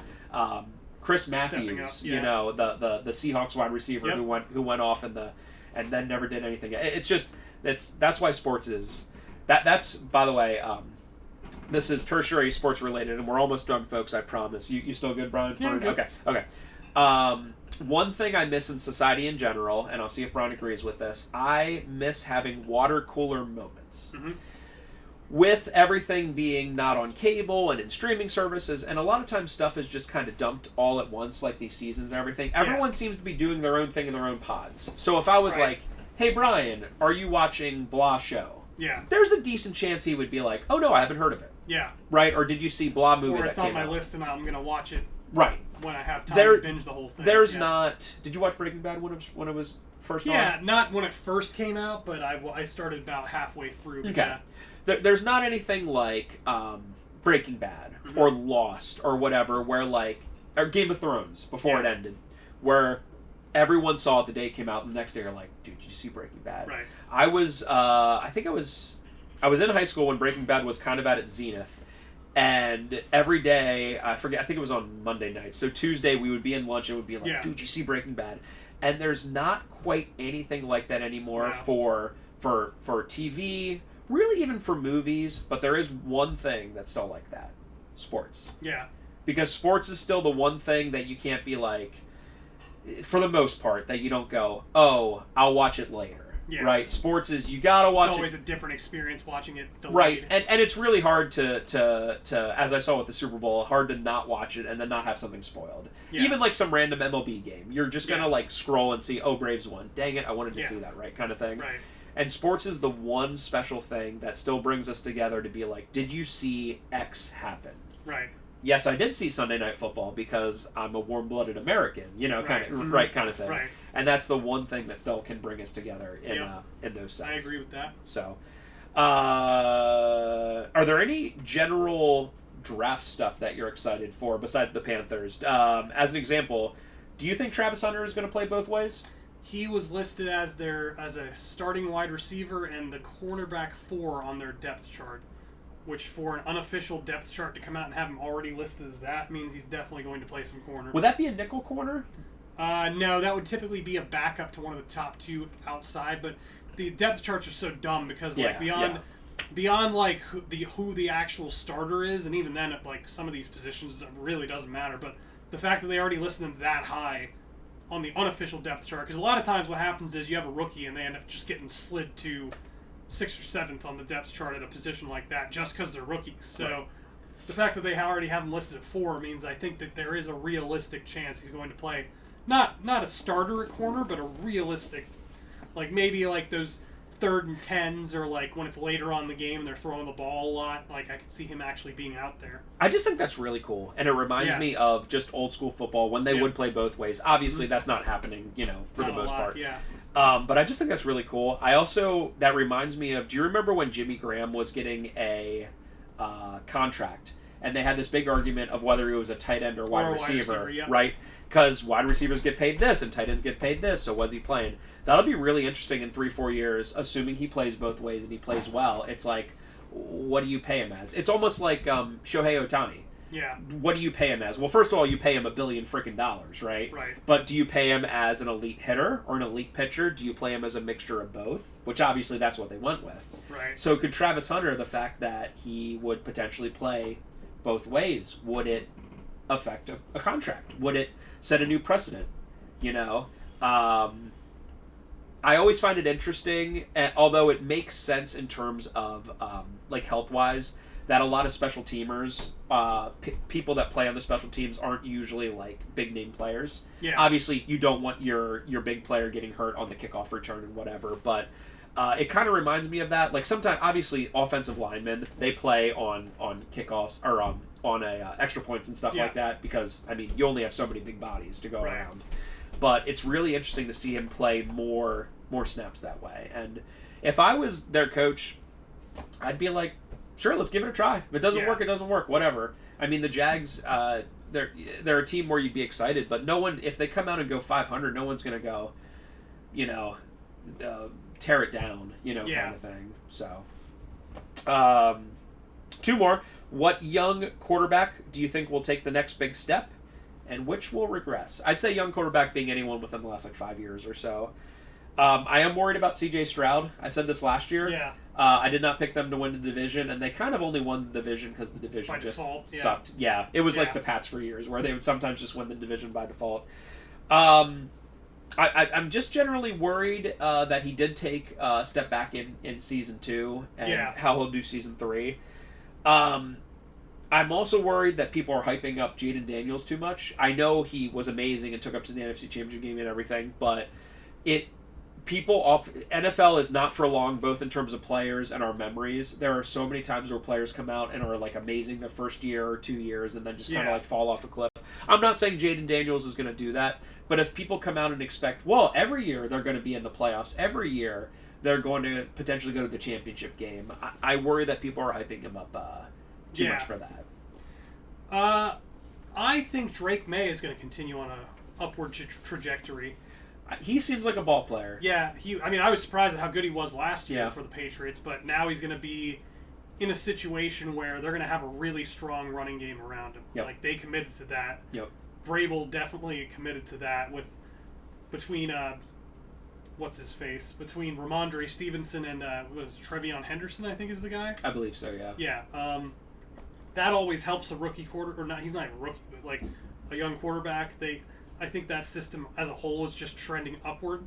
I think J.J. McCarthy's going to surprise people coming off his injury with the Vikings because Sam Darnold played remarkably well for that team. And granted, a lot of it had to do with Sam Darnold just being in a stable situation for once. But they have a really, really good group of players around McCarthy. And Kevin O'Connell is ridiculous. They had McCarthy pegged as their starter, so they saw something in him that they really liked. I think that he'll be very good for him. So those are definitely my 2 there. I like that. I also have just Michael Penix at this point has all the tools he needs, both physically and the pieces around him. Yep. I saw a meme the other day, and it showed just a picture of Arthur Smith, and it said something like, "This man decided not to start Bijan Robinson." Like he put Bijan in. Like they picked him what, like top 7 or something like that, and he was like, timeshare, it's fine. Running back's one of those positions when you take them, you're like run them into the ground. Yeah. I'm not for it, but that's how the NFL is kind of built, right? It just is what it is. I legit I like when I see running backs get second big contracts. I think it's awesome, but dude, you can't invest that heavily in someone and not immediately. And I guess that's kind of your point with Gente as well. Yeah, you just have to. When you pick them there, you just have to. Yeah. What teams do you think will take a step back and forward? Now, I think record-wise, if we're just talking record, it's hard. It would be hard for the Vikings and the Chiefs to be where they were last year. I mean, the Chiefs had 15 wins, and the Vikings had 14 wins. Even if McCarthy plays really good, there's a lot of luck into getting to 14 wins as well. So, I mean, generally a positive season in the NFL is seen as 10, 11, maybe 12 wins. So I could definitely see them going down to like 10, 11, 9 wins kind of thing. That's really tough to do 2 years in a row. My pick is definitely the Chargers. I think a second season with Harbaugh in there, kind of molding the team into his image, is going to be helpful because he just has such a tried and true formula with winning football games. So having a Marion Hampton, getting some wide receivers, Justin Herbert has a little bit more stability having Harbaugh there, so I think that'll be good for him. We'll see something with that with my picks then. Yeah. Denver's another team I expect to take a step forward, just because of Sean Payton. They got him some running backs that he likes. They were much better than anybody anticipated last year, so it's another year. And they're out from under the Russell Wilson contract now, so I like them to move forward quite a bit. So those are my two to move up. Obviously, the Saints are going to regress because their team is just awful this year. They have like a high school quarterback situation. It's crazy. Quarterback. Their quarterback situation is absolutely nuts. Just terrible. It's nuts.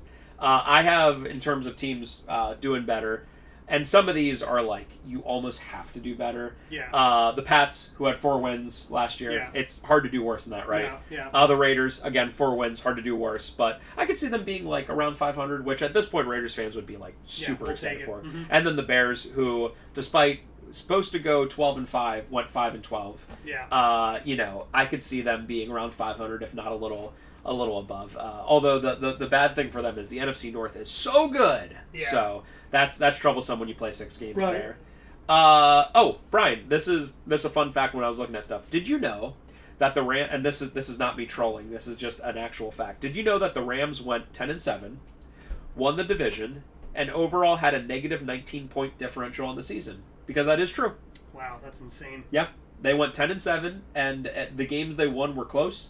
The games they lost were blown. Yeah. Yep. So, wow. To put it in perspective, the Lions, now they went 15-1, had like a 220-point differential, and your average winner of a division had about 120, 130, 140. That's so insane. The fact that they were a negative point differential, went over 500, and won the division is pretty crazy, right? Yeah.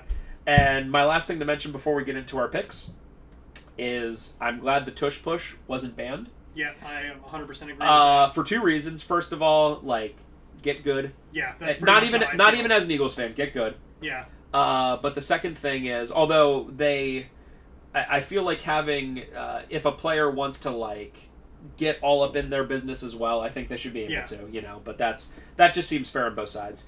The main reason I'm glad it wasn't banned is Eagles fans would have never shut up. Yeah, they would never have shut up. Never have let it go, because it would have been like, oh, we were so good that they had to ban a play. And I'm like, well, the teams that were so against it were the ones that tried to, like the Bills were a prime example. They tried to replicate it.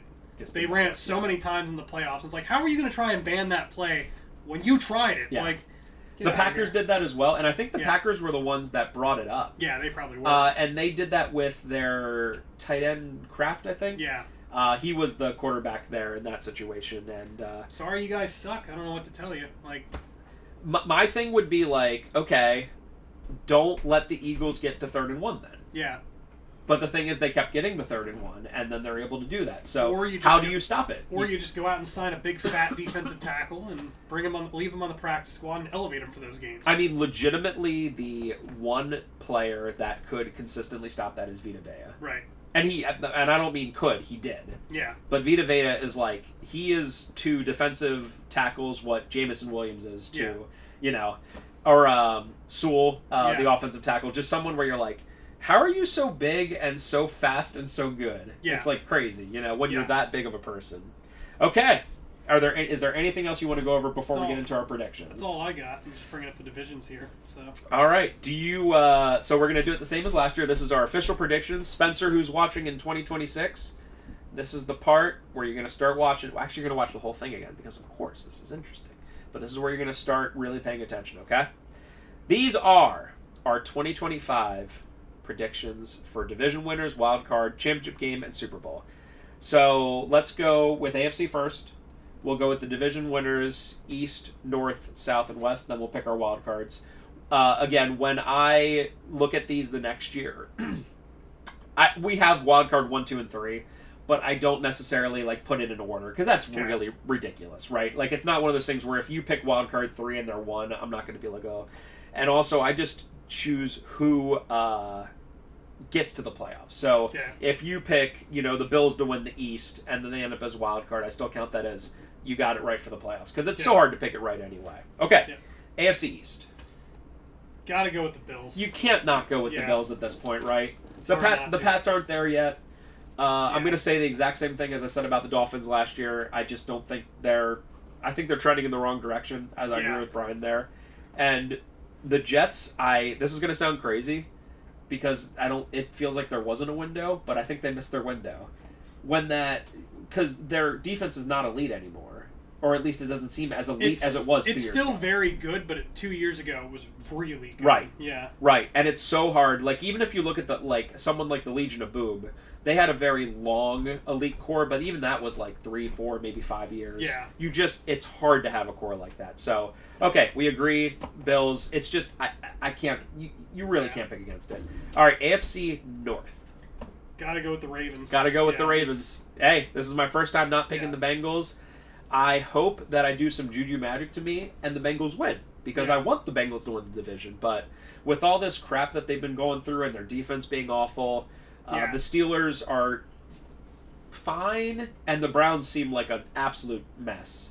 You got to go with the Ravens. I also have the Ravens as the 1 seed. I don't know if that's something you'll decide as you go through. I'll decide as I go. Yeah, but I have them as the 1 seed just because of the way things work out. AFC South, probably the one that's the most up in the air. I'm going to go with the Jaguars. I am also going to go with the Jaguars. Okay. Yes. The Titans were a truly bad team last year. Yeah. Dude, it's crazy. We went through the whole hour and 30 minutes, and we didn't talk about the number 1 pick in the draft at all. But what's his name again? Cam Ward. There we go. That's how that I do not pay attention to college football at all. Yeah. It just seems like for a number 1 pick, he got less hoopla and everything going around than a lot of previous years. Yeah, I mean, it was just the easy pick, and the Titans are just... They were just a really bad team. Yeah, they have to rebuild. They're still doing it. They have a good defense. They're kind of like the Panthers were when they picked Bryce. Yeah. So if the Titans came out and went 6-11, I feel like Titans fans would be very happy about that. As I said, I worry about the Texans. I worry about C.J. Stroud. They also traded their starting left tackle, Laramie Tunsil. Yeah. Left tackle, I think.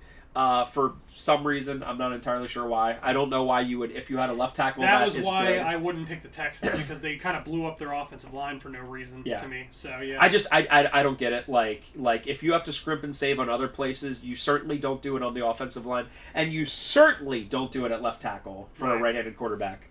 So I don't get it.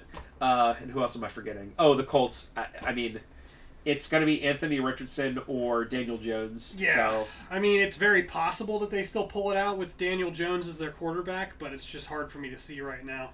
So I'm really bummed about bad Cam Newton, a.k.a. Anthony Richardson. Yeah. I never realized until I looked up his stats and weight and stuff like that, like, I never realized Anthony Richardson is like Cam Newton. He's like 6'6", 260, whatever. Like, he is a bruiser beast. Yeah. But unlike Cam, who could just lower his shoulder and just generally take beatings and not get hurt, it just seems like Anthony Richardson doesn't have that in him. And it's a shame, because if you were like, make the perfect NFL player, they would probably look a lot like Anthony Richardson, right? Yeah, they but would. It's just everything but what's going on up there. Yeah, you know? Just not an accurate passer yet either. That's also true. So, if you're gonna, because Cam was never like the most. He ended up. He progressed. Yes. But when he first got into the league, his strength was definitely throwing the ball way downfield, not the short touch passes. You cannot be completing like 50 to 55% of your passes unless you're going to be literally Lamar running every single other play kind of thing. Yeah. It's just not happening. Okay.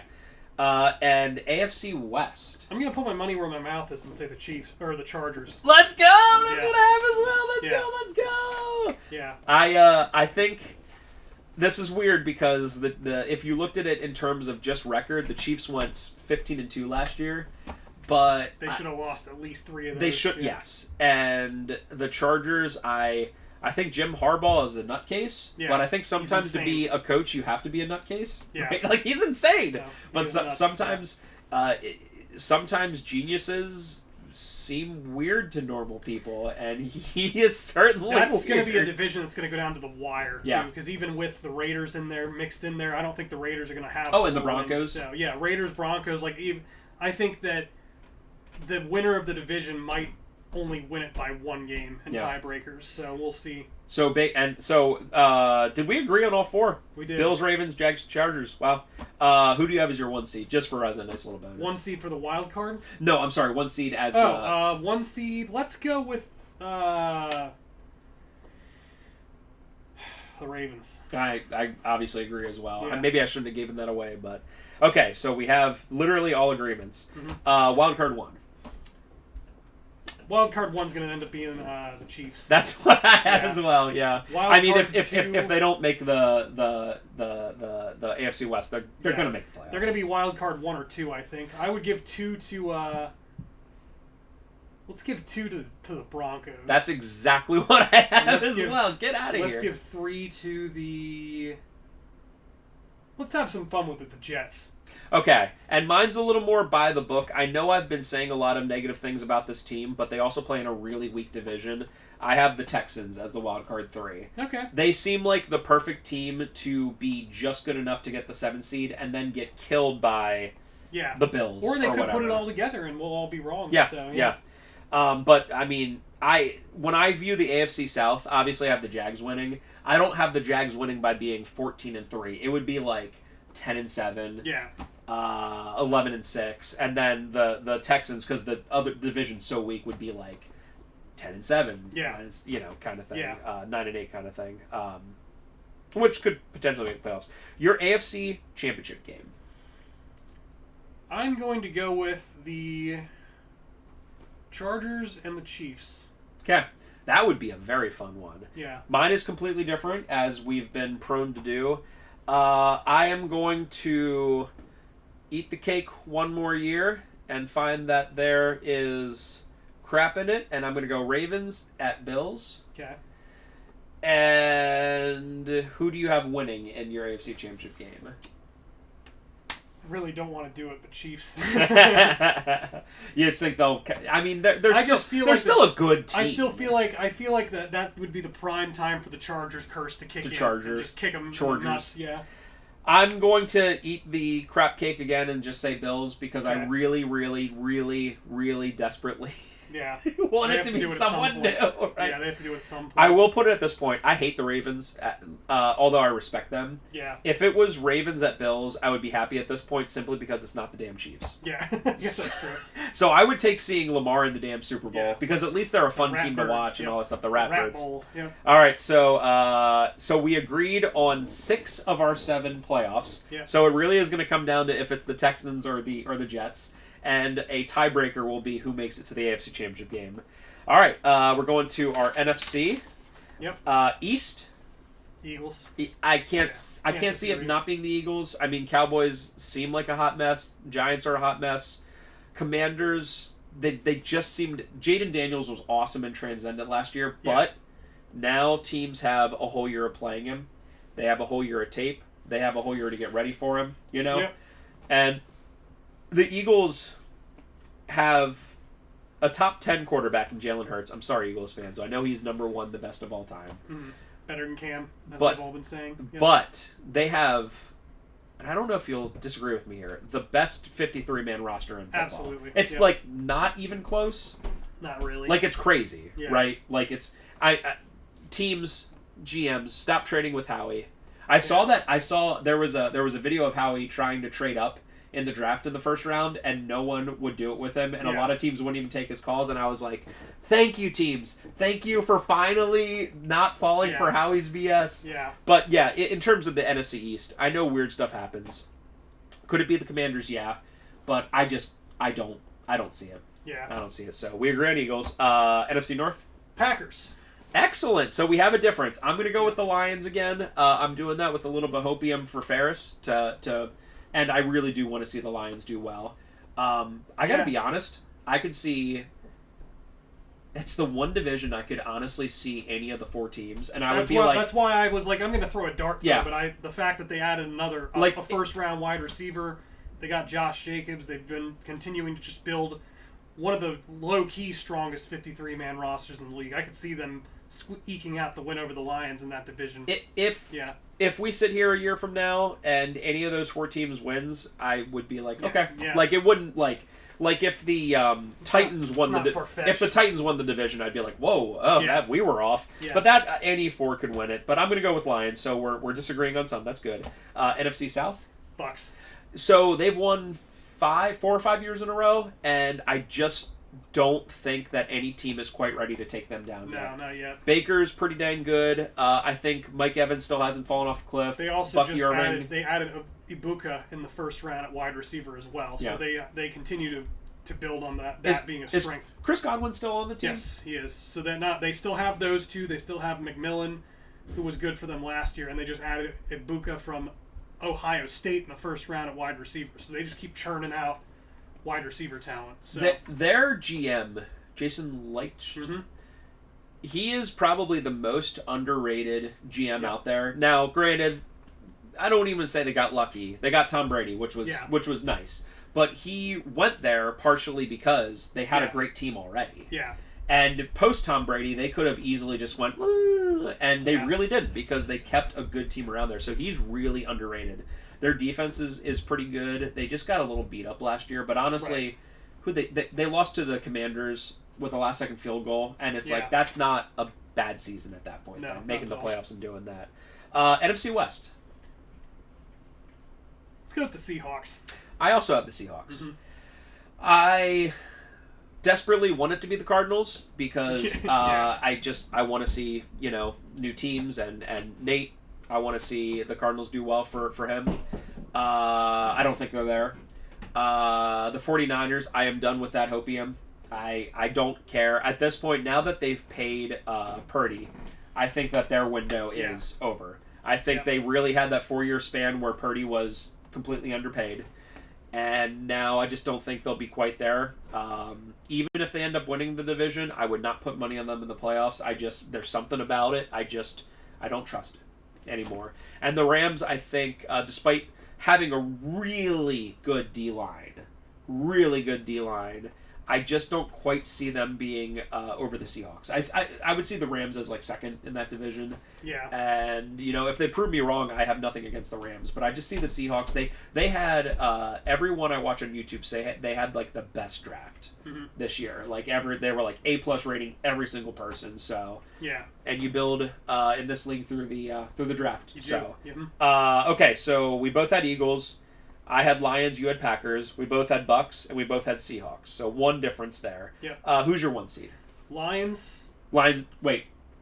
Yeah, because they'd be a wild card because I picked the Packers. Oh, I'm sorry. 1 seed. Who's your overall 1 seed? Sorry, overall 1 seed. Yeah. So it'd be one of your division winners then. I was like, wait, how does that work out? Let's go with the Packers. Packers, and then I have Lions. So NFC North. Which is weird because I consider the NFC North to be the best division in football and having the Lions as the 1 seed, but I think the NFC is less top heavy than the AFC, so I Yeah. could definitely see them pulling that off. All right, wild card 1. You said Lions. Lions are my wild card 1. Mine is Commanders. I don't see them falling off that much. Hopefully, I do. Yeah. I do hope good things for them. Wild card 2. Commanders. Okay. Yeah. And I had the Lions winning the division, so we had both of those. I have the Bears in a little bit of hopium. But again, any of that NFC North, I know that I'm picking. Oh no! With that, I'm only picking one team out of the North. It's really hard for 2 wild cards from the same division to be there, which is why I picked the Bears. If there's any year for them to make the playoffs, it's this year with everything that I've set up. And wild card 3, Rams, and I'm gonna go with what you did in the AFC and just throw a dart and say Cardinals. Yeah. I hope Why it. not? Yeah. I hope it. Right. And if that's our difference with next year, I'm okay with that. All right. I like, and I also look at it as Jonathan Gannon, their head coach. This is his year. It's the 3rd year, right? Mm-hmm. And they have pieces. They just have to put it all together. And this is his year. I feel like it's do or die. If they go like 6-11, I think he's out of there. I think Kyler's signed to a long-term contract, but I don't know if you hitch your wagon to him as much at that point because it's going to be like the 5th or 6th year for him. I think this is the year. Your NFC Championship game. Let's go with Eagles-Packers. Eagles-Packers. Okay, who's hosting? What would be the Packers, because they're the 1 seed. Okay, that would be interesting. And once again, our championship games are completely different. I have Bucks at Lions. And the reason I have that is the Bucks and Lions always play really damn good games. Mm-hmm. They do. And once again, I'm just really hoping for Lions. And I think that puts me the Super Bowl as Bills versus Lions, which might have been exactly what I picked last year. I think I have that on there, but I've Bills versus Lions with the Lions winning because of the hopium there. Oh no, I had Bengals versus Lions. Because Gotcha. I'm done with the Bengals. I don't even have them making the playoffs this year. So, Bills versus Lions, because that is the Super Bowl I wanted last year, and I want it now, NFL. Give it to me. Let's go with Chiefs-Packers. Chiefs-Packers with... The Chiefs are going to unfortunately come back and get their win back from the Oh my Eagles. God! If Mahomes pulls off his 4th this early in his career, I'm done. I think I might have to be done with NFL at that point. All right, so we'll see how that comes out. Shots in the dark, but it's Well, I it's do this just off the cuff, and apparently I'm not too bad at it. no. So You won by 1 last year, and I mean I don't want to say I do a bunch of prior work. I just write it down, but. There's a reason that if you went to an odds book right now and tried to do a parlay for all 8 division winners, why it would be very high odds. Yeah. Or very long odds, excuse me. Mm-hmm. There's a reason, because it is very difficult to tell. Something always goes weird. Yeah. I mean, the world of sports is bizarre. There's a couple teams where I really feel like their window is closing. Bills being one of them. Yep. They're going to be desperate. Potentially Bengals. I hate to say it. Yeah. I mean, I know you have Joe Cool and you have a good offense, but like they keep pissing off their other players and they don't have a defense. They really do. Yeah. They really do. And there's a couple teams that feel like they're rising, like the Chargers just feel like they're rising. The Commanders, it feels like they're rising. That's just why NFL is. That's why NFL is so great, and people get paid so much money to talk, and then nothing they say ends up happening, Yeah. That's why I actually nowadays, I used to watch all the pre-stuff before the 1 p.m. kickoffs on Sunday. I don't even watch it anymore. So wrong, because it's just even the picks and whatever. I mean, when we do pick'ems, the top person gets 70% of them right. Yeah. And when a lot of the games are good team versus bad team, it's really crazy that out of all those people it ends up being 70%. Yeah. So it's very hard to maintain it just because there's so many variables going in the NFL. Yeah. So and that's the why wind could be going a little too hard in that one game, and then all of a sudden the team that throws the ball a lot can't throw. So, Yep. Yeah. That's true. Well, that reminds me of when the last time the Pats beat the Bills, when they ran the ball or when they threw the ball 2 times all game. Yeah. With what's his name, McCorkle. Yeah. Mac McCorkle Jones, when they threw the ball literally 2 or 3 times, and he got a win as a QB, which is a huge shame that exists. That's football for you. It really is. It really is. It's like Joe Webb going into Philadelphia as the Vikings starting quarterback when Brett Favre got hurt and picking up a win. Yep. Yep. Literally. It's beautiful. It is a beautiful thing any given Sunday. All right, guys. So that was episode 77, our 8th year of doing this. We'll be at it again next year because this is fun. I like to talk football, and it's not just in a group chat setting on Messenger where someone says something and then ditches out, and then RJ comes in and they never defend themselves. Yeah, and then RJ comes in and says something about the Steelers, or RJ comes in and we just drops the injury. It's just news. all RJ. Yeah. No, but it's like fake injury news, and I'm like, I don't get it. Oh, it was a joke. I don't get your joke. You know. Dude, speaking of that crap, before we go off, and we just got to the 2-hour mark, so we're getting our bonus. Okay, there we go. We're getting our bonus. I am so sick of the false stuff on social media. I just mentioned it today. Mm-hmm. It is everywhere, and it's like I literally only trust if it's like NFL, the team, or Schefter. There was one today that it was by Falcons-aholic fans or whatever, something like that, and it was like Kyle Pitts was offered 6 years, $100 million by the Chargers, but he said, "No, I want to be a Falcon for life, and I want to die as." Immediately, you're like, it's fake. Yeah, but there's so many people that are like, and it's fake "Good for him." Yeah, it's fake for the sake of being fake, but there's so many people that just comment on it without even really reading it. Yeah, it's very annoying. I've never understood the recent rise in stuff that is just literally fake just for the sake of being fake. It's not even like spreading some kind of false objective or narrative. It's just this made up story that of no consequence just to get people to react to it. It's crazy. I saw one over the off season where it was like Josh Allen went to a children's hospital and donated a bunch of money and time. And that sounds like a reasonable thing that happened. It was an AI story. Yeah. If you look at the pictures, it's like... They did one with Peyton Manning, too. Pretty clearly AI, and I'm like, why? If you're going to do an AI thing, be like, I don't know, Josh Allen rode a dragon into Chief Stadium and Daenerys Targaryen everyone, right? Or whatever. Or okay. Josh Allen went to a pet shelter and kicked a bunch of puppies. Then, it accomplishes something. Right. It's really weird. It's really weird. I don't get it. I know part of it is just that these pages want to drum up reactions because they get paid off of stuff like that. Right. So, but it's just do better, internet. Just do better. Please, AI slop. Please. Yeah. I'm not too old to realize this. I'm so sick of seeing fake pictures of musicians at Ozzy's funeral crying and playing guitar there. There was one where they had James Hetfield and Dave Mustaine playing guitar and crying while singing. You could not get James Hetfield and Dave Mustaine in the same room for $1 billion.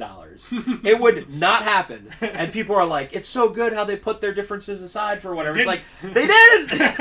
and it sucks because it's getting to the point where it's good enough. Yeah. Where it's, if you just scrolling by, you go, oh yeah. It fools you on a casual passing by. Right. Then you're like, oh. You're especially if I'm sitting there at work where I have 5 minutes and I'm just scrolling through. It's where if I'm sitting at home, I might stop and then scroll and it's oh, that's completely fake, and then keep moving. Where that's how they get you. Got to pay it. It's awful. Ultra attention. I'm never going to use AI. I'm sorry. No, I'm sorry, lads. Every single email I send, every single message I send is just me. When on the Facebook page for Messenger page for the store, it's like, do you want this to fill in with AI? I'm like, get away. And you literally cannot turn it off.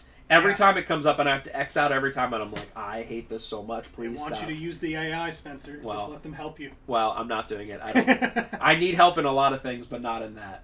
All right, Brian, thank you again for being with us, and we will see you again for the 9th year next year. Thank you, guys, and enjoy the season.